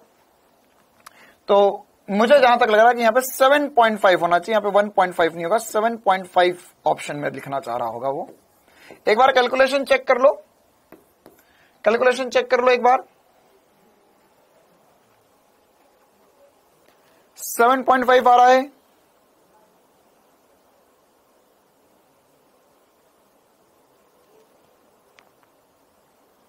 हाँ, अगर ब्राइट फ्रिंज होगा, अगर एक बच्चा बोल रहा है कि सर नहीं ये प्रिंटिंग मिस्टेक है यहाँ पर, इसमें ब्राइट फ्रिंज होना चाहिए, तो अगर ब्राइट फ्रिंज होगा तो ब्राइट फ्रिंज के लिए आप सॉल्व कर सकते हो। अच्छा बताओ भाई, तीसरी ब्राइट फ्रिंज कहां होगी? तीसरी ब्राइट फ्रिंज कहां होगी? थर्ड बीएफ कहां होगी? तो सर थर्ड बीएफ होगी 3 लैम्डा डी बटा डी पर। तो उसके लिए लिखेंगे 3 इंटू 6000 इंटू 10 की घात माइनस 10 इंटू कैपिटल डी हो जाएगा सर 2.5 बटे में 0.5 इंटू 10 की पावर माइनस 3। तो ये पॉइंट से पॉइंट फिर से उड़ जाएगा, यहां पर आ जाएगा सर 5 और यहां पर हो जाएगा सर कितना हो जाएगा? हाँ, ये हो जाएगा 5 इंटू 3 15, 15 इंटू 6। ठीक है, तो फिर भी नहीं आएगा, 9 mm आ रहा है उससे, है ना। चलो कोई बात नहीं, आप तो यहां पर 7.5 mm को ही आंसर आएगा, उसे 1.5 को 7.5 कर लो। ब्राइट फ्रिंज के लिए 9 mm आ रहा है, ठीक है। तो एक बार आप लोग सॉल्व करके देख लो, यहां से 9 mm आ रहा है क्या? तो अगर 9 mm आ रहा तो ठीक है, लेकिन फिर हम ज्यादा बेहतर तो यही कि आप उसको डार्क ही रहने दो, 7.5 कर देते हैं हम। चलिए आगे बढ़ते हैं अगले क्वेश्चन के लिए। इसको एक बार भले चाहो तो सॉल्व करके देख लो। हाँ, ये हो जाएगा सर 5 इंटू 6 करें 30, 30 इंटू 3 करेंगे तो 90 हो जाएगा, तो 9 mm आ जाएगा। बिल्कुल सही बात है, ये वाली बात तो सही है, ब्राइट फ्रिंज के लिए 9 mm आएगा, मतलब 1.5 mm की फ्रिंज है, 1.5 mm की फ्रिंज है। चलो क्वेश्चन एक बार समझा देता हूं। हमें क्वेश्चन में यहां पर 2 स्लिट दी गई थी, उनके बीच की दूरी दी गई है और लैम्डा दिया गया है। फिर बोला है कि यहां पर यदि पर्दे से स्लिट की दूरी 2.5 मीटर है और यहाँ पे तृतीय डार्क फ्रिंज कहां होगी, तो तृतीय डार्क फ्रिंज के लिए एन की वैल्यू 3 रखी यहाँ पे हमने, तो y बराबर होगा 2n - 1 बटे में 2 लैम्डा डी बटा डी, यहाँ पे 3 रखेंगे तो 5 लैम्डा डी बटा 2d आ जाएगा। लैम्डा की वैल्यू 6000 दी हुई है, 6000 को हमने 10 के घात माइनस 10 से मल्टीप्लाई करा क्योंकि वो एमस्ट्रॉन्ग में दिया हुआ है। फिर 2.5 मीटर में दिया हुआ है और उसके हमने 0.5 mm में दिया हुआ है, तो उसको मैंने मीटर में लिखा है 0.5 इंटू 10 की पावर माइनस 3। इस पूरे को सॉल्व किया तो 75 इंटू 10 की पावर माइनस 4 आ गया, ऐसे मैंने 7.5 mm लिख दिया।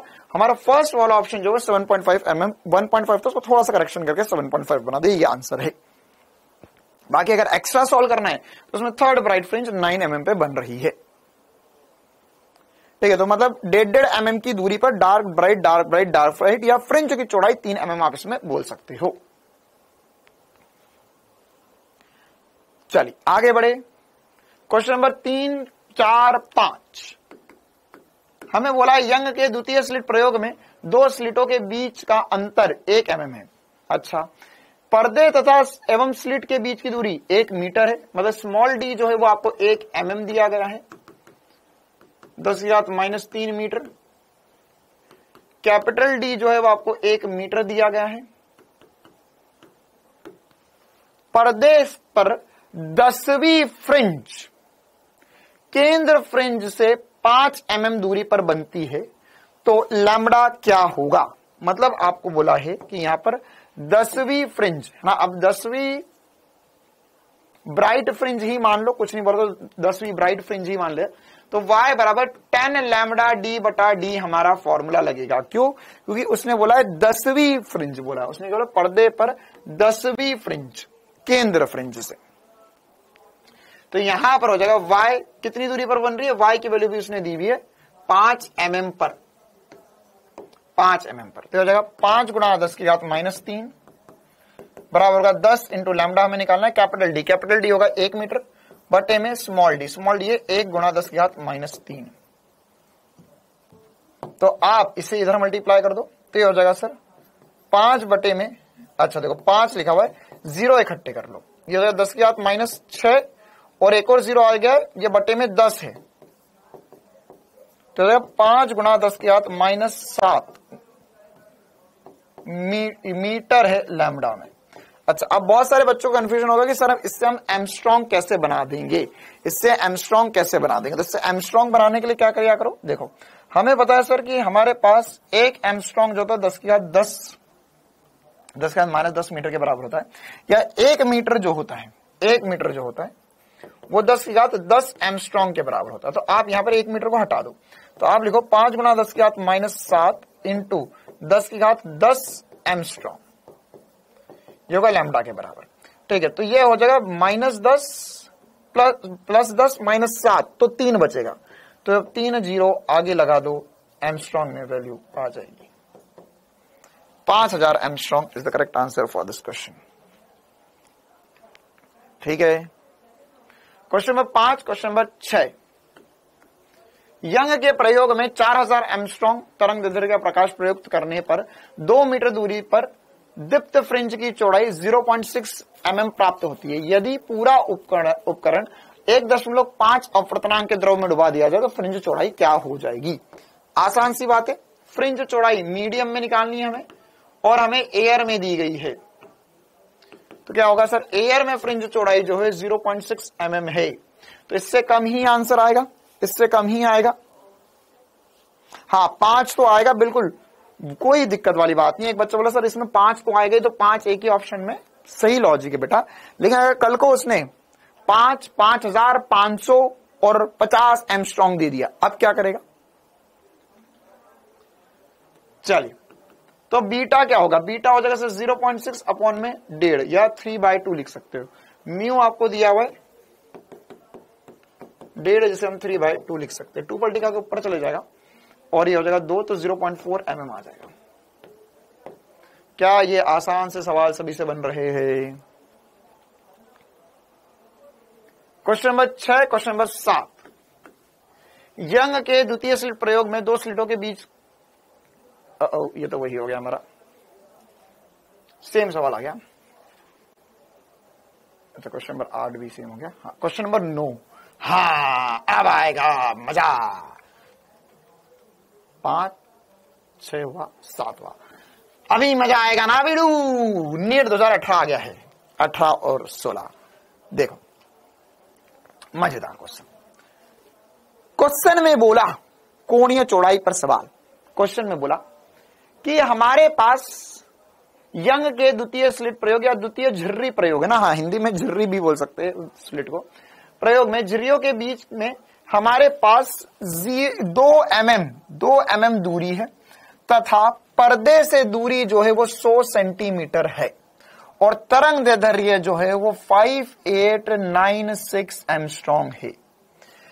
यह पाया गया कि फ्रिंज की कोणीय चौड़ाई 0.2 डिग्री है।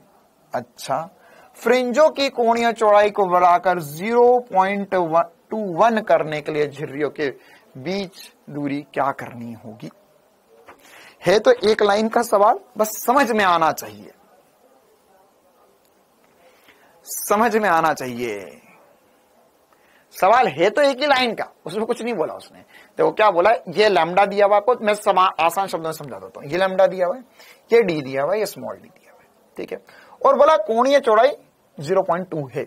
अच्छा सर, तो हमारे पास अल्फा बराबर क्या, अल्फा बराबर है बीटा बटे में डी होता है सर, या हम इसे लैम्डा बटे में स्मॉल डी लिख सकते हैं, ठीक है। फिर बोला है कि तब उन्हीं लैम्डा और डी के लिए, मतलब लैम्डा भी सेम है, कैपिटल डी भी सेम है, फ्रिंज की कोणीय चौड़ाई को बढ़ाकर 0.21 डिग्री करना है। अच्छा, मतलब सर ये बदलेगा तो ये बदलेगा बस, तो अल्फा 1 बाय अल्फा 2 बराबर होगा D2 बाय D1। कहानी खत्म, पैसा जाता, मतलब बस स्मॉल डी बदलना है आपको, स्मॉल डी बदलना है, वो 2 mm है, तो क्या करना है आपको, है ना। आपके पास ऑप्शंस भी है, 2 mm, 1.8, 1.9, 1.7, 2.1। तो देखो क्या आएगा। अल्फा क्या है सर, पहले वाले में अल्फा है सर 0.2, अब करना है 0.21। पहले अब D2 निकालना है, और पहले वाले में सर है 2 mm, तो इसको मल्टीप्लाई कर दो तो जगह 0.2 इंटू 2 अपॉन में 0.21।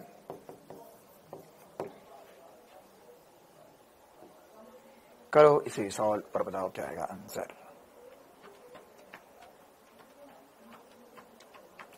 Hmm, 1.9 mm is the correct answer ना, क्योंकि सर ये क्या है, ये 0. ये देखो एक्चुअल में डबल से थोड़ा सा कम है।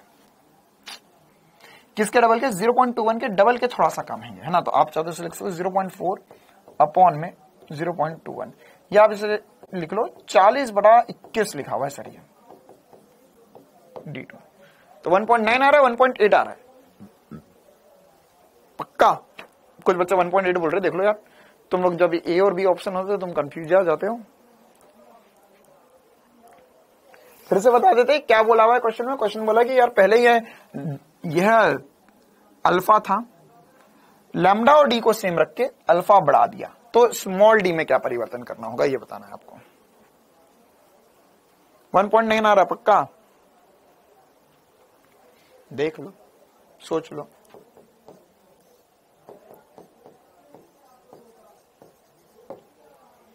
चलो आगे बढ़ते हैं।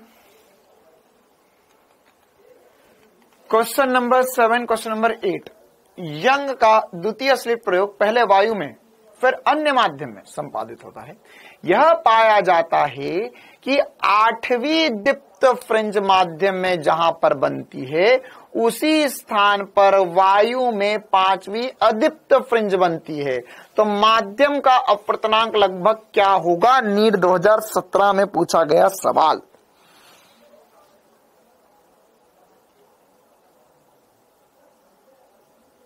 आपको कैसे पता चला डी बदलेगा? क्योंकि मेरे को हिंदी पढ़ते आती है। क्वेश्चन में बोला कि लैम्डा और कैपिटल डी को सेम रखना है, तो बचा क्या? अब बचा स्मॉल डी।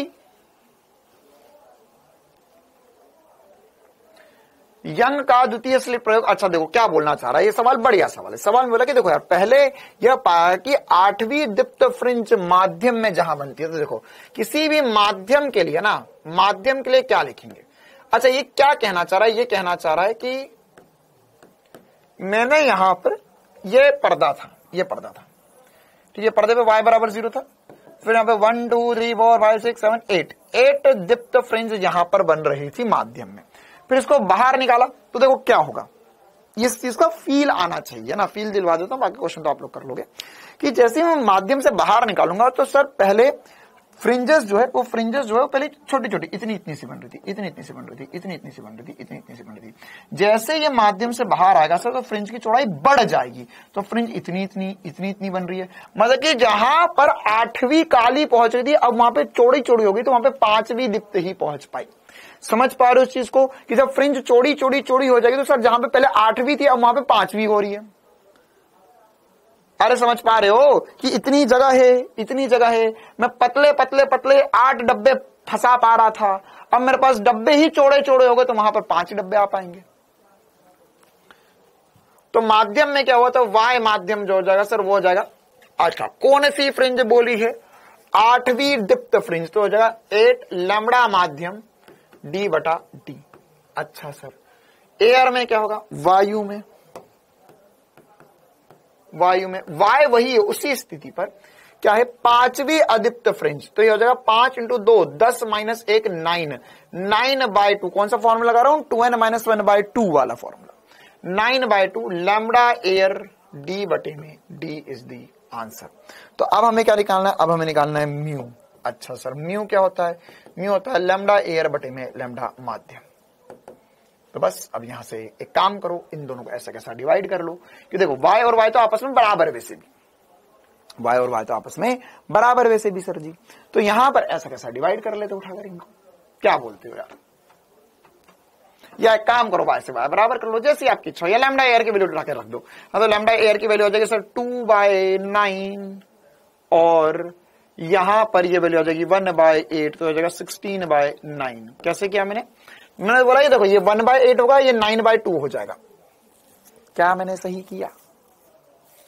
बताओ रे प्यारे, आंसर क्या आएगा? क्या बन चुके हैं तुम असली चीते?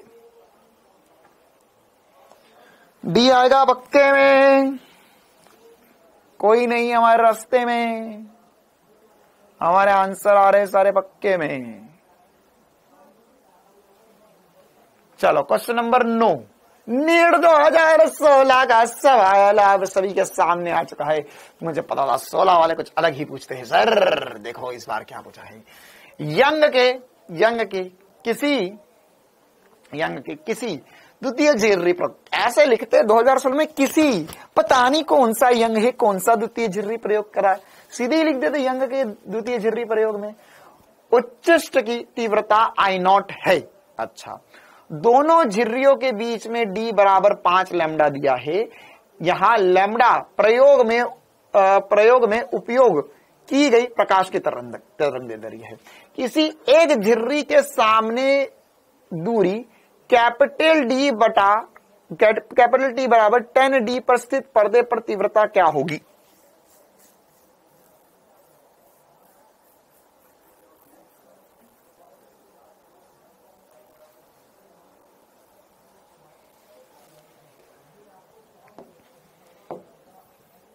हाँ भाई, क्या बदौला हुआ है क्वेश्चन में? हमें क्वेश्चन आ गया सर पक्के में, लेकिन सर रास्ते में आ गया नीट 2016 अपने सस्ते में सवाल लेकर।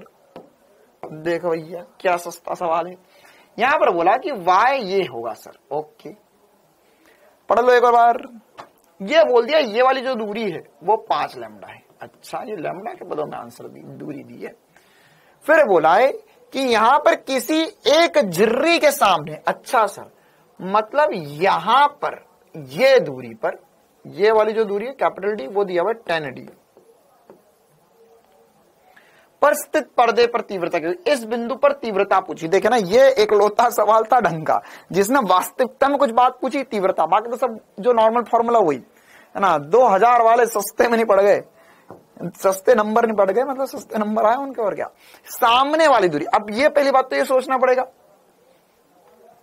कि ये दूरी क्या है, ये दूरी क्या है। तो ये दूरी जो है ना सर वो 5 लैम्डा बटा 2 है। अब सोच, ये वाला जो सवाल है, देखो जहां पर असली सवाल आएगा वहां पर आपको ये एसपी स्टार का उपयोग करना पड़ेगा। कौन सा? ये वाला। आपको तीव्रता पूछिए तो तीव्रता पूछिए तो आपको डेल्टा फाई निकालना पड़ेगा, आपको डेल्टा एक्स निकालना पड़ेगा। तो ये कहां है? ये है y। तो y से पहले डेल्टा x निकलेगा, डेल्टा x से डेल्टा फाई निकलेगा, फिर i निकलेगा। ये असली सवाल है जहां पे तीव्रता पूछी गई है। कुछ समझ में आ रहा है? चलो भैया रास्ते में सवाल कर देते हम। अरे ये तो नहीं था। हाँ, तो यहां पर पहले हमें क्या दिया गया? हमें बोला है सर y बराबर होता है डेल्टा एक्स। कोई देख, अब नया बिंदु है। 2016 वाले सस्ती काम नहीं करते। उनने बोला सब light dark, what is light, what is dark, I don't know, कुछ नया पूछेंगे। तूने कोई रैंडम बिंदु दे दिया, अब इस पे बता क्या होगा, है ना। तो यहां पर क्या होगा? लैम्डा डी बटा डी होता है सर, या डेल्टा एक्स बराबर डी बटा डी होता है। अब देख, ये वाला सवाल वो बच्चा कभी नहीं कर सकता है। हाँ, नीट 2016 के जो भी सवाल होते हैं उसमें एक मजेदार सी बात लगती है क्या, कि जिसको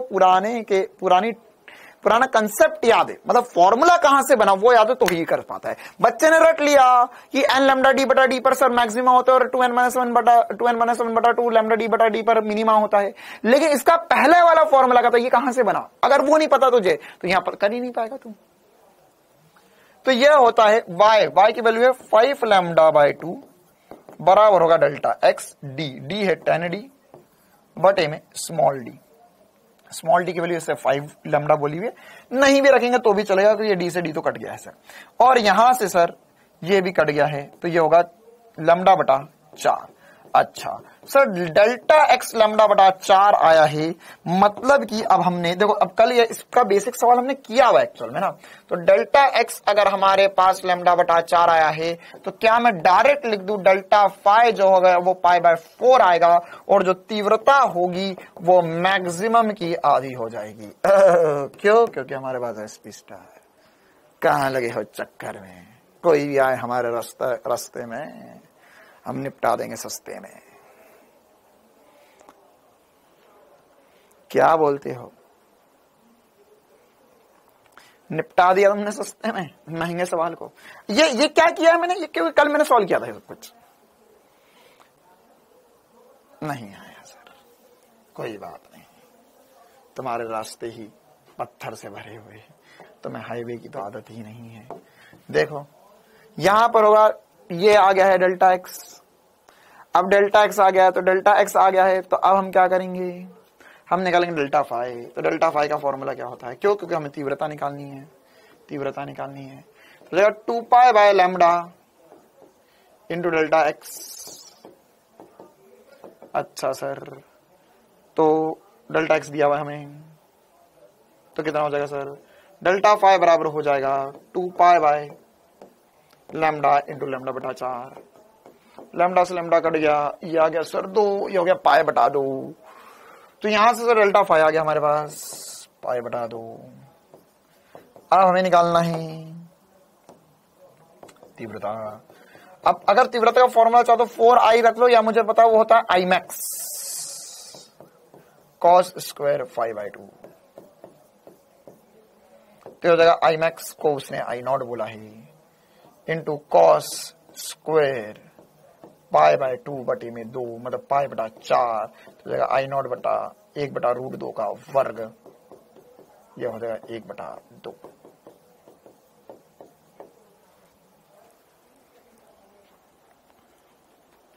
अरे कल किया था ये वाला सवाल,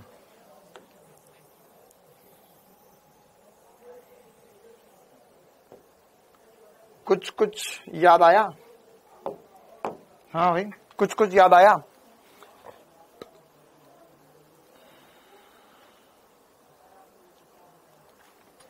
चलो हाँ, इसी प्रकार का एक और सवाल, क्वेश्चन नंबर 10, एम्स 2016 का सवाल, जल्दी से करो भैया।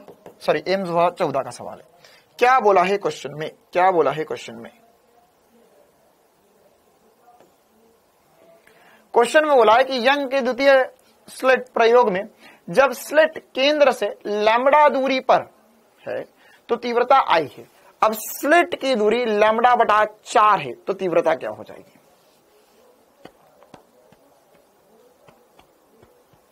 क्वेश्चन बोला है यंग के द्वितीय स्लिट प्रयोग में जब स्लिट केंद्र से लैम्बडा दूरी पर है तो तीव्रता आई है।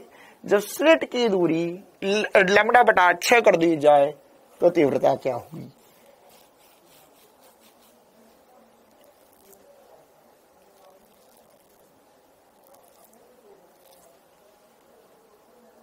C for cat is the answer।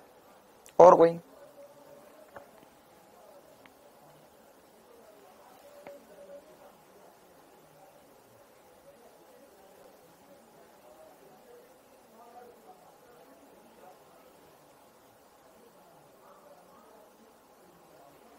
चलो 2-3 क्वेश्चन होमवर्क में दे दूं क्या? कर लोगे क्या ये? है ना, 2-3 ही क्वेश्चन बचे हुए हमारे बस। अब ये वाला क्वेश्चन बचा हुआ है, एक ये वाला क्वेश्चन बचा हुआ है, और 1-2 और बचे हुए। 19 का बचा हुआ है और 13 का बचा हुआ है। कर लोगे क्या ये? कर लिया? सभी क्वेश्चन दे दो होमवर्क में।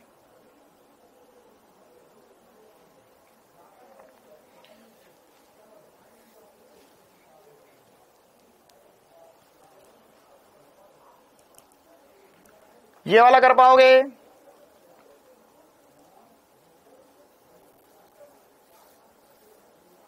ये भी नीट 2014 का सवाल है। ये देखो, ये जो सवाल थोड़े अच्छे होते हैं उनके लिए पूरी मेहनत करना पड़ेगी ना। पथांतर आपको दिया हुआ है, तो बोला पथांतर लैम्बडा पर जो है तीव्रता के है, तो लैम्बडा बटा 4 पर तीव्रता क्या होगी। और 99.99% सवालों में जब कुछ अलग पूछा जाएगा ना तो लैम्बडा बटा 4 पे पूछता है। कुछ अलग पूछना होगा तो लैम्बडा बटा 4 पे, जैसे इसमें पूछा लैम्बडा बटा 4 पे, सर हमें पता है लैम्बडा बटा 4 पे क्या होता है। क्या होता है लैम्बडा बटा 4 पे? सर लैम्बडा बटा 4 पे कोण जो होता है पाई/2 हो जाता है, और पाई/2 पे तीव्रता अधिकतम की आधी हो जाती है।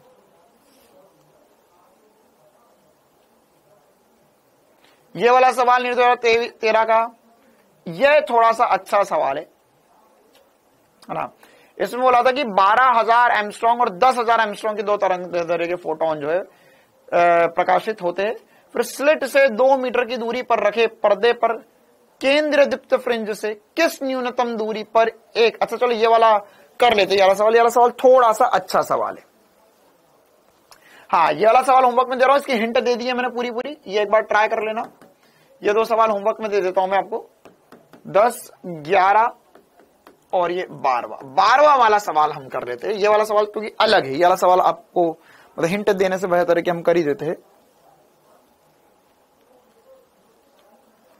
हाँ देखो, ये वाला सवाल अलग सवाल है। ये वाला सवाल क्या है, इसमें बोला यंग के द्वितीय स्लिट प्रयोग में 2 mm की दूरी पर रखी स्लिटें 12,000 एंगस्ट्रॉम और 10,000 एंगस्ट्रॉम की 2 तरंगदैर्ध्य के फोटोन से प्रकाशित होती है। मतलब क्या है कि पहले एक बार 12,000 एंगस्ट्रॉम लिया और फिर अगली बार 10,000 एंगस्ट्रॉम लिया है। फिर बोला है स्लिट से 2 मीटर की दूरी पर रखे पर्दे पर केंद्र दीप्त फ्रिंज से किस न्यूनतम दूरी पर एक व्यतिकरण की चमकीली फ्रिंज दूसरी व्यतिकरण की चमकीली फ्रिंज पर अध्यारोपित होगी। क्या कहने का मतलब है, देखो यह अच्छा सवाल क्या कह रहा है कि हमारे पास यहां पर एक पर्दा है, इसमें y बराबर ये 0 है, फिर ये y बराबर लैम्डा डी बटा डी, 2 लैम्डा डी बटा 3 lambda D, 4 lambda D, 5 lambda D, ऐसा सब क्या चल रहा था। ये सब कुछ करा 12,000 एंगस्ट्रॉम लेकर, 12,000 एंगस्ट्रॉम लेकर ये पूरा सेटअप करा, सब कुछ हुआ। इसके बाद में क्या हुआ, इसके बाद में यहां पर 12,000 एंगस्ट्रॉम लाइट हटा दी, फिर 10,000 एंगस्ट्रॉम लाइट ली। तो देखो 10,000 एंगस्ट्रॉम लाइट लेंगे तो सर लैम्डा अब कम हो गया, मतलब फ्रिंज की चौड़ाई कम होगी। मतलब कि जहां पर अब देख क्या होगा, यहां पर इसका पहला ब्राइट फ्रिंज 12,000 वाले की यहां आ रही थी, तो 10,000 वाले की कहीं नीचे आएगी, फिर दूसरी सर यहां कहीं आएगी, तीसरी यहां कहीं आएगी, चौथी यहां कहीं आएगी, पांचवी यहां कहीं आएगी, छठी यहां कहीं आएगी। लेकिन एक ऐसा पॉइंट आएगा जिसपे हो सकता है कि इसकी 8वीं और इसकी 10वीं फ्रिंज बराबर हो जाए, या इसकी 6ठी और इसकी 5वीं फ्रिंज उसी पर आ जाए, मतलब एक दूसरे पर अध्यारोपित हो जाए। एक ही स्थान पर दोनों की चमकीली फ्रिंज कभी ना कभी तो मिलेगी किसी पॉइंट पर। वो यही पूछना चाह रहा कि किस पॉइंट पे ऐसा होएगा। पहली बात तो बोलो, सवाल समझ में आ गया?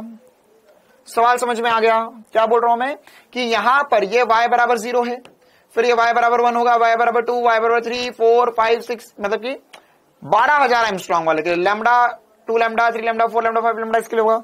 फिर उसी प्रकार से 1000 वाले के 1000 वाले के लिए पास बनेगी। लेकिन एक बिंदु ऐसा आएगा जहां पर इन दोनों की चमकीली फ्रिंज एक दूसरे पे ओवरलैप हो जाएगी। या आप इसको आसान शब्दों में समझना तो ऐसा समझ लो कि मेरे पास यहां पर कुछ दूरी है, ठीक है, मतलब ऐसे कुछ गैप है बीच में, ठीक है, उसमें यहां पर 12,000 mm के कुछ डब्बे मैंने फिक्स करे, तो यहां पर कुछ डब्बे आए। फिर अब यहां पे 10,000 mm के डब्बे फिक्स कर रहा हूं मैं, है ना, ये 10,000 एंगस्ट्रॉम के डब्बे फिक्स कर रहा हूं मैं, मतलब ये 12 की संख्या है, 10 की संख्या, इसकी चौड़ाई 12 है, इनकी चौड़ाई 10 है। तो कभी ना कभी तो ऐसा होगा कि सर इतनी दूरी आई है जिसमें इसके 15, इसके 12, इसके 10 आगे है, या इसके 12, इसके 10 आगे। ये कुछ ना कुछ तो ऐसी सेटिंग जमेगी सर कि जैसे जिसकी चौड़ाई ज्यादा है तो उसके 10 डब्बे आए, जिसकी चौड़ाई कम है उसके 8 डब्बे आगे। लेकिन सर इतने में जितने इसके 12 है उतने में इसके 15 डब्बे आ गए, ऐसा कुछ ना कुछ तो होगा। तो वही दूरी वो पूछ रहा है। तो इसके लिए क्या करना पड़ेगा, हमें y बराबर करना पड़ेगा बस, कि y पहले वाले के लिखेंगे कंडीशन नंबर 1 के लिए, तो ये हो जाएगा सर हमें नहीं पता किसके लिए होगा, तो ये हो जाएगा n1 लैम्डा 1 d बटा डी, और दूसरे वाले के लिए लिखेंगे तो हो जाएगा n2 लैम्डा 2 d बटा डी, क्योंकि कैपिटल डी स्मॉल डी दोनों के लिए सेम है। तो इसमें यहां पर हम बोल सकते हैं सर y बराबर करना है दोनों के, तो n1 लैम्डा 1 बराबर होगा n2 लैम्डा 2 के। तो n1 कितना होगा सर, n1 जो है मेरे पास, n1 जो है सर कितनी फ्रिंज है मुझे नहीं पता सर, लेकिन इसमें पता है 12,000 एंगस्ट्रॉम है सर। दूसरे वाले में कितनी फ्रिंज है नहीं पता, लेकिन 10,000 एंगस्ट्रॉम है। तो ये सब कुछ कट जाएंगे, 3 0 कट जाएंगे, और ये हो जाएगा 6 और ये हो जाएगा 5। तो हो जाएगा n1 इंटू 6 बराबर होगा n2 इंटू 5, या n1 बटा n2 में लिख सकता हूं 5 बटा 6।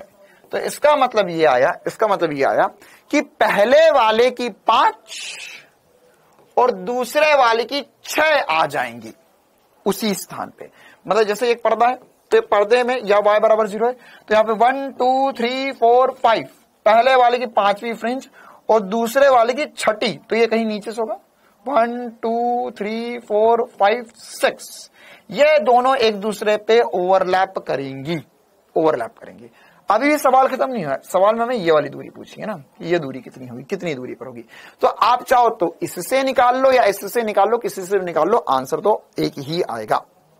मतलब अगर n1 ले रहे हो तो 5 रखना, n2 ले रहे हो तो 6 रखना, है ना। मैं 1 वाले से निकाल दू तो 1 वाले से हो जाएगा y बराबर n1 लैम्डा 1 d बटा डी, या n1 की वैल्यू जो हो जाएगी वो हो जाएगी 5 इंटू लैम्डा 1।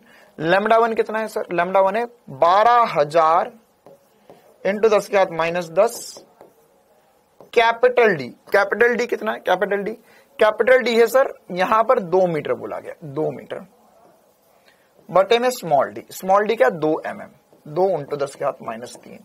इसको सॉल्व करके हम आंसर लेकर आ सकते हैं। ठीक है, तो कितना आ जाएगा यहां से? सर ये 2 से 2 निपट जाएगा, 12 इंटू 5 करेंगे तो 60 आ जाएगा, मतलब 6 वाला आंसर आना चाहिए। 6 mm is the correct answer. इसको सॉल्व करो, 6 mm आना चाहिए, 6 mm आना चाहिए इसको सॉल्व करने पर। क्लियर है मामला? आया समझ में? यह अलग सवाल था और इसी प्रकार का सवाल लेटेस्ट में भी पूछा गया नीट में, इसी कंसेप्ट पर बेस, सेम बात है। y1 n1 लैम्डा 1 बराबर n2 लैम्डा 2 करना था। चलिए आगे बढ़ते हैं। हाँ, एक आखिरी सवाल और मैं करवा देता हूं, question number 12, question number 13, question number 14 आप लोग खुद करोगे। ये अभी हमने बोला बताया उसी प्रकार का सवाल है ना। म्यू की वैल्यू आपको 3 बटा 2 एक, अरे नहीं ओ हो, ये तो नहीं हो पाएगा ना, ये तो दूसरा प्रकार का सवाल ही है, मॉडिफिकेशन के ऊपर सवाल है। अच्छा, नीट 2019 का सवाल क्या है? इसमें बोला था कि किसी, ये अब आप कर लोगे, कोणीय चौड़ाई पर सवाल है। बोला है कि द्वितीय झिर्री प्रयोग में 4000 नैनोमीटर तरंगदैर्घ्य के प्रकाश का उपयोग लिया गया है। 1 मीटर दूरी पर स्थित पर्दे पर बने पहले निम्नलिखित की कोणीय चौड़ाई 0.2 पाई गई है। यदि समस्त उपकरण को जल में डुबा दिया जाता है तो निम्नलिखित की कोणीय चौड़ाई क्या हो जाएगी? कोणीय चौड़ाई, तो सर हमें पता है कोणीय चौड़ाई जो होता है वो बीटा बटे में डी होता है। अब पानी में डुबाने पर चौड़ाई जो है सर मीडियम में, वो हवा बटे में म्यू हो जाती है, तो कोणीय चौड़ाई भी माध्यम में जो होगी वो हवा बटे में म्यू हो जाएगी। तो हवा में है सर 0.2 इंटू पानी में डुबाएंगे, पानी का अपवर्तनांक होता है सर 4/3, 4/3।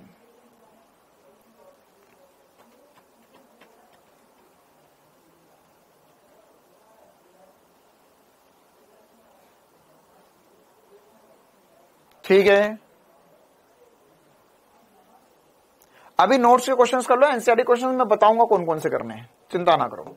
अभी मैं इसके लिए स्पेशल रिवीजन क्लासेस शुरू करूंगा, मतलब मैं आपको क्वेश्चंस बताते जाऊंगा कि कौन कौन से एनसीईआरटी के करना है।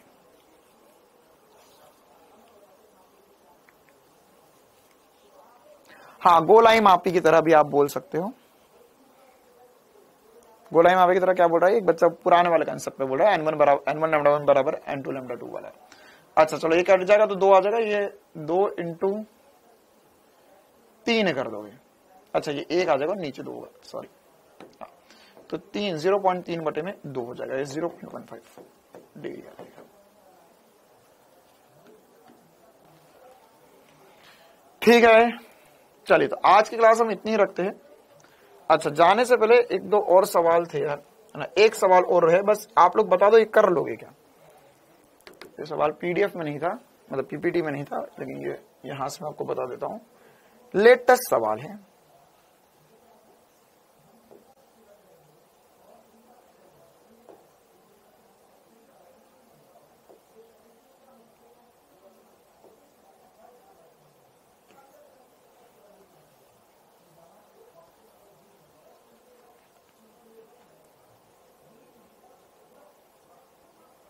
हाँ, नीट 2022 का सवाल, नीट 2022 का सवाल, एग्जैक्ट n1 λ1 बराबर n2 λ2 पर कंसेप्ट रिपीट, क्वेश्चन रिपीट।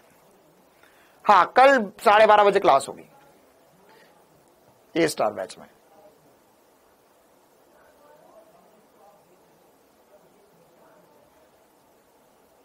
क्या होगा?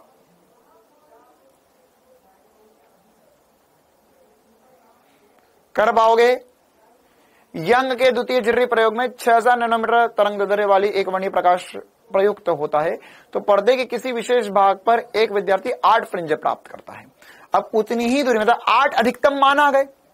अब यहां पर अगर 400 नैनोमीटर होगा तो कितनी फ्रिंजेस हैं? तो लैम्डा कम होगा तो बीटा कम हो जाएगा सर, बीटा कम मतलब जिसकी चौड़ाई कम हो जाएगी, मतलब कि ज्यादा फ्रिंजेस मिलेंगी सर। तो 8 से ज्यादा एक ही ऑप्शन 12। सॉल्व करने की भी जरूरत नहीं थी इस सवाल का, तो है ना। अगर आप चाहते हो तो पूरा पूरा सॉल्व कर लेते। n1 λ1 बराबर n2 λ2 करो। यहां पर 8 फ्रिंजे, मतलब उसके 8 फ्रिंजे प्राप्त हुई ना, उतनी देर में 8 आई है, तो उतनी ही में दूसरे की कितनी आ जाएगी? सर प्लीज मेरी हेल्प कर दो फिजिक्स। बेटा देख, अगर तेरे को फिजिक्स में बहुत ज्यादा दिक्कत आ रही है ना, तो कोई ऐसी बहुत बड़ी समस्या नहीं है ना। इसका समाधान यही है कि मैंने जितना तुम्हें पढ़ाया है उसमें सबके इंपॉर्टेंट फॉर्मूले देख लो और उस पर बेस्ड सवाल देख लो, दैट्स इट, है ना। तुम बहुत डिफिकल्ट क्वेश्चंस में जाने की कोशिश मत करो। तुम बेसिक फॉर्मूले और उसके बेसिक क्वेश्चन भी कर लोगे तो 30 से 35 नंबर तुम्हारे कहीं नहीं गए।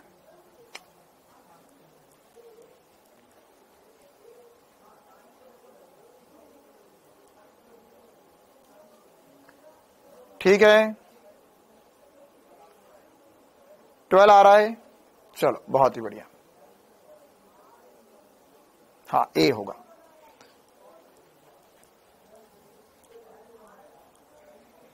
चलिए, अब बाकी तो आपसे बन जाएंगे, है ना। इसमें वैसे बहुत सारे और भी छोटे छोटे से सवाल है, लेकिन वो आप सब कर लोगे ना। एक बार खुद से ट्राई करना, ये मैक्सिमम आपसे बन जाएंगे।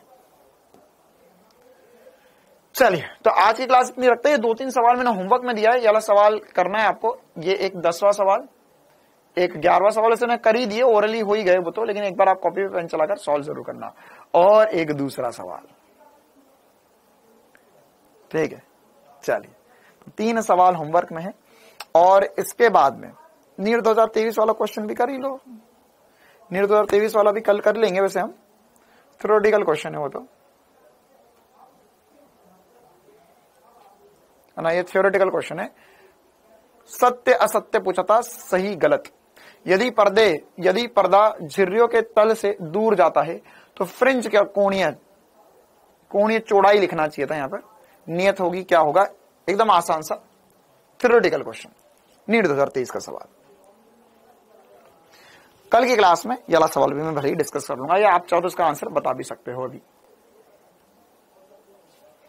अगर एक वर्णीय स्रोत को किसी दूसरे अधिक तरंगदैर्घ्य के एक वर्णीय स्रोत से बदल दिया जाए तो फ्रिंज की कोणीय चौड़ाई पर क्या फर्क पड़ेगा, ये बताना है आपको, है ना। मतलब पहला वाला वाक्य था नीट 2023 के सवाल में, पहले वाले में बोला था कि अगर हम दूरी बढ़ाते तो फ्रिंज की चौड़ाई पे कोई फर्क नहीं पड़ता, तो गलत हो गया। तो दूसरे वाले में बोला है कि यहां पर मतलब पहला वाला तो गलत हो गया, तो दूसरे वाले में बोला कि अगर अधिक तरंगदैर्घ्य का यूज करेंगे तो फ्रिंज की चौड़ाई घट जाती है, ये बोला है। तो क्या होगा? अधिक तरंगदैर्घ्य के एक वर्णीय स्रोत में बदल दिया जाता है तो क्या होगा? दोनों को आपको सोचना है कि क्या सही क्या गलत, है ना। आपके पास ऑप्शन है, पहला सही, पहला गलत, दूसरा सही, दोनों गलत। क्या आंसर आएगा क्वेश्चन नंबर 35 का, है ना। ये आखिरी सवाल है हमारा, फिर उसके बाद में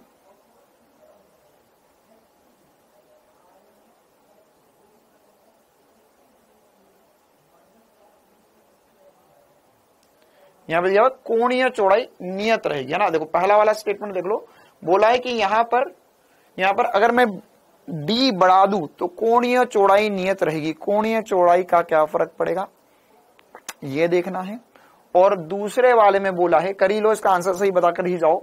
और दूसरे वाले में बोला है कि अगर हमने यहां पर लैम्डा बढ़ा दिया तो कोणीय चौड़ाई पर क्या फर्क पड़ेगा। एक बार मैं लिख ही देता हूं यहां पर। तो हमारे पास कोणीय चौड़ाई का फॉर्मूला क्या है सर?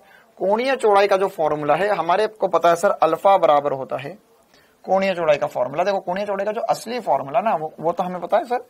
असली फॉर्मूला जो है वो क्या है, बीटा बटे में कैपिटल डी,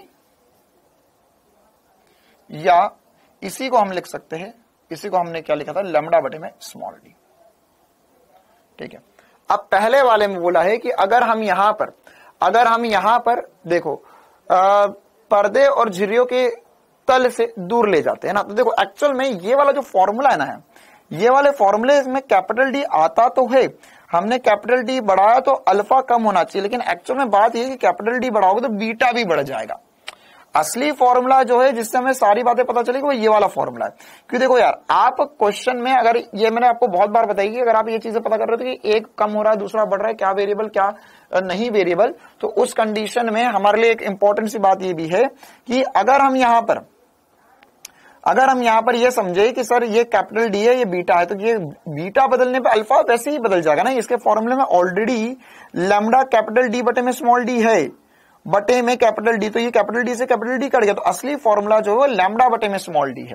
ठीक है, वैल्यू अगर बीटा की दी है कैपिटल डी की दी है तो मैं ये वाला फॉर्मूला लगा के अल्फा निकाल लूंगा, है ना। लेकिन अगर मुझे कंपैरिजन पूछा है कि एक बढ़ने से दूसरे घटने पर क्या होता है, तो मैं एक ऐसे फॉर्मूले में नहीं जाऊंगा जिसके अंदर ऑलरेडी कैपिटल डी फिर से है। तो इसमें क्या होगा, इसमें पहले वाले में बोला है कि पर्दे की अगर कैपिटल डी बढ़ाओगे तो अल्फा पे क्या होगा, अल्फा पे कोई फर्क नहीं पड़ेगा, तो पहला स्टेटमेंट सही हो जाएगा। दूसरे वाले में बोला है कि यहां पर अधिक तरंगदैर्ध्य, हाँ सर लैम्डा बढ़ाएंगे तो अल्फा भी बढ़ जाएगा, तो ये गलत हो गया दूसरा वाला स्टेटमेंट, क्योंकि उसने बोला कि घट जाता है, घटेगा नहीं से बढ़ेगा। तो ऑप्शन वो सही होगा जिसमें हमारे पास पहला सही होना चाहिए दूसरा गलत होना चाहिए। तो पहला असत्य नहीं सर, दूसरा वाला दोनों सत्य नहीं, पहला वाला दोनों असत्य नहीं, तो चौथा ऑप्शन सही होगा हमारे पास, पहला वाला सत्य दूसरा वाला असत्य। सवाल फिर से देख लो, नीट 2023 का लेटेस्ट सवाल है ये, डी सही आएगा। ठीक है मामला। तो मतलब यंग डबल स्लिट एक्सपेरिमेंट पे आपने मोटा मोटी तौर पर सारी की सारी बातें कर ली। इसके जो छोटे मोटे क्वेश्चंस बचते वो कल की क्लास में भले ही हम फिर से और डिस्कस कर लेंगे, और इसके बाद में कल आप मान के चलो कि इस चैप्टर की आखिरी क्लास ही रहेगी एक तरीके से। ठीक है, चलिए फिर उसके बाद में सैटरडे की क्लास से हम लोग मॉडर्न फिजिक्स शुरू करेंगे।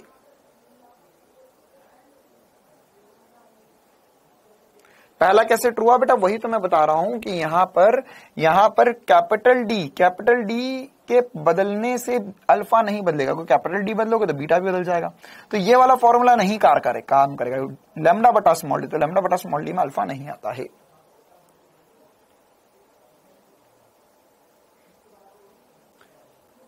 चलो भाई, तो जितना बड़ा एक बार रिवाइज करना। मिलते हैं हम कल की क्लास में। Thank you, tata, bye bye.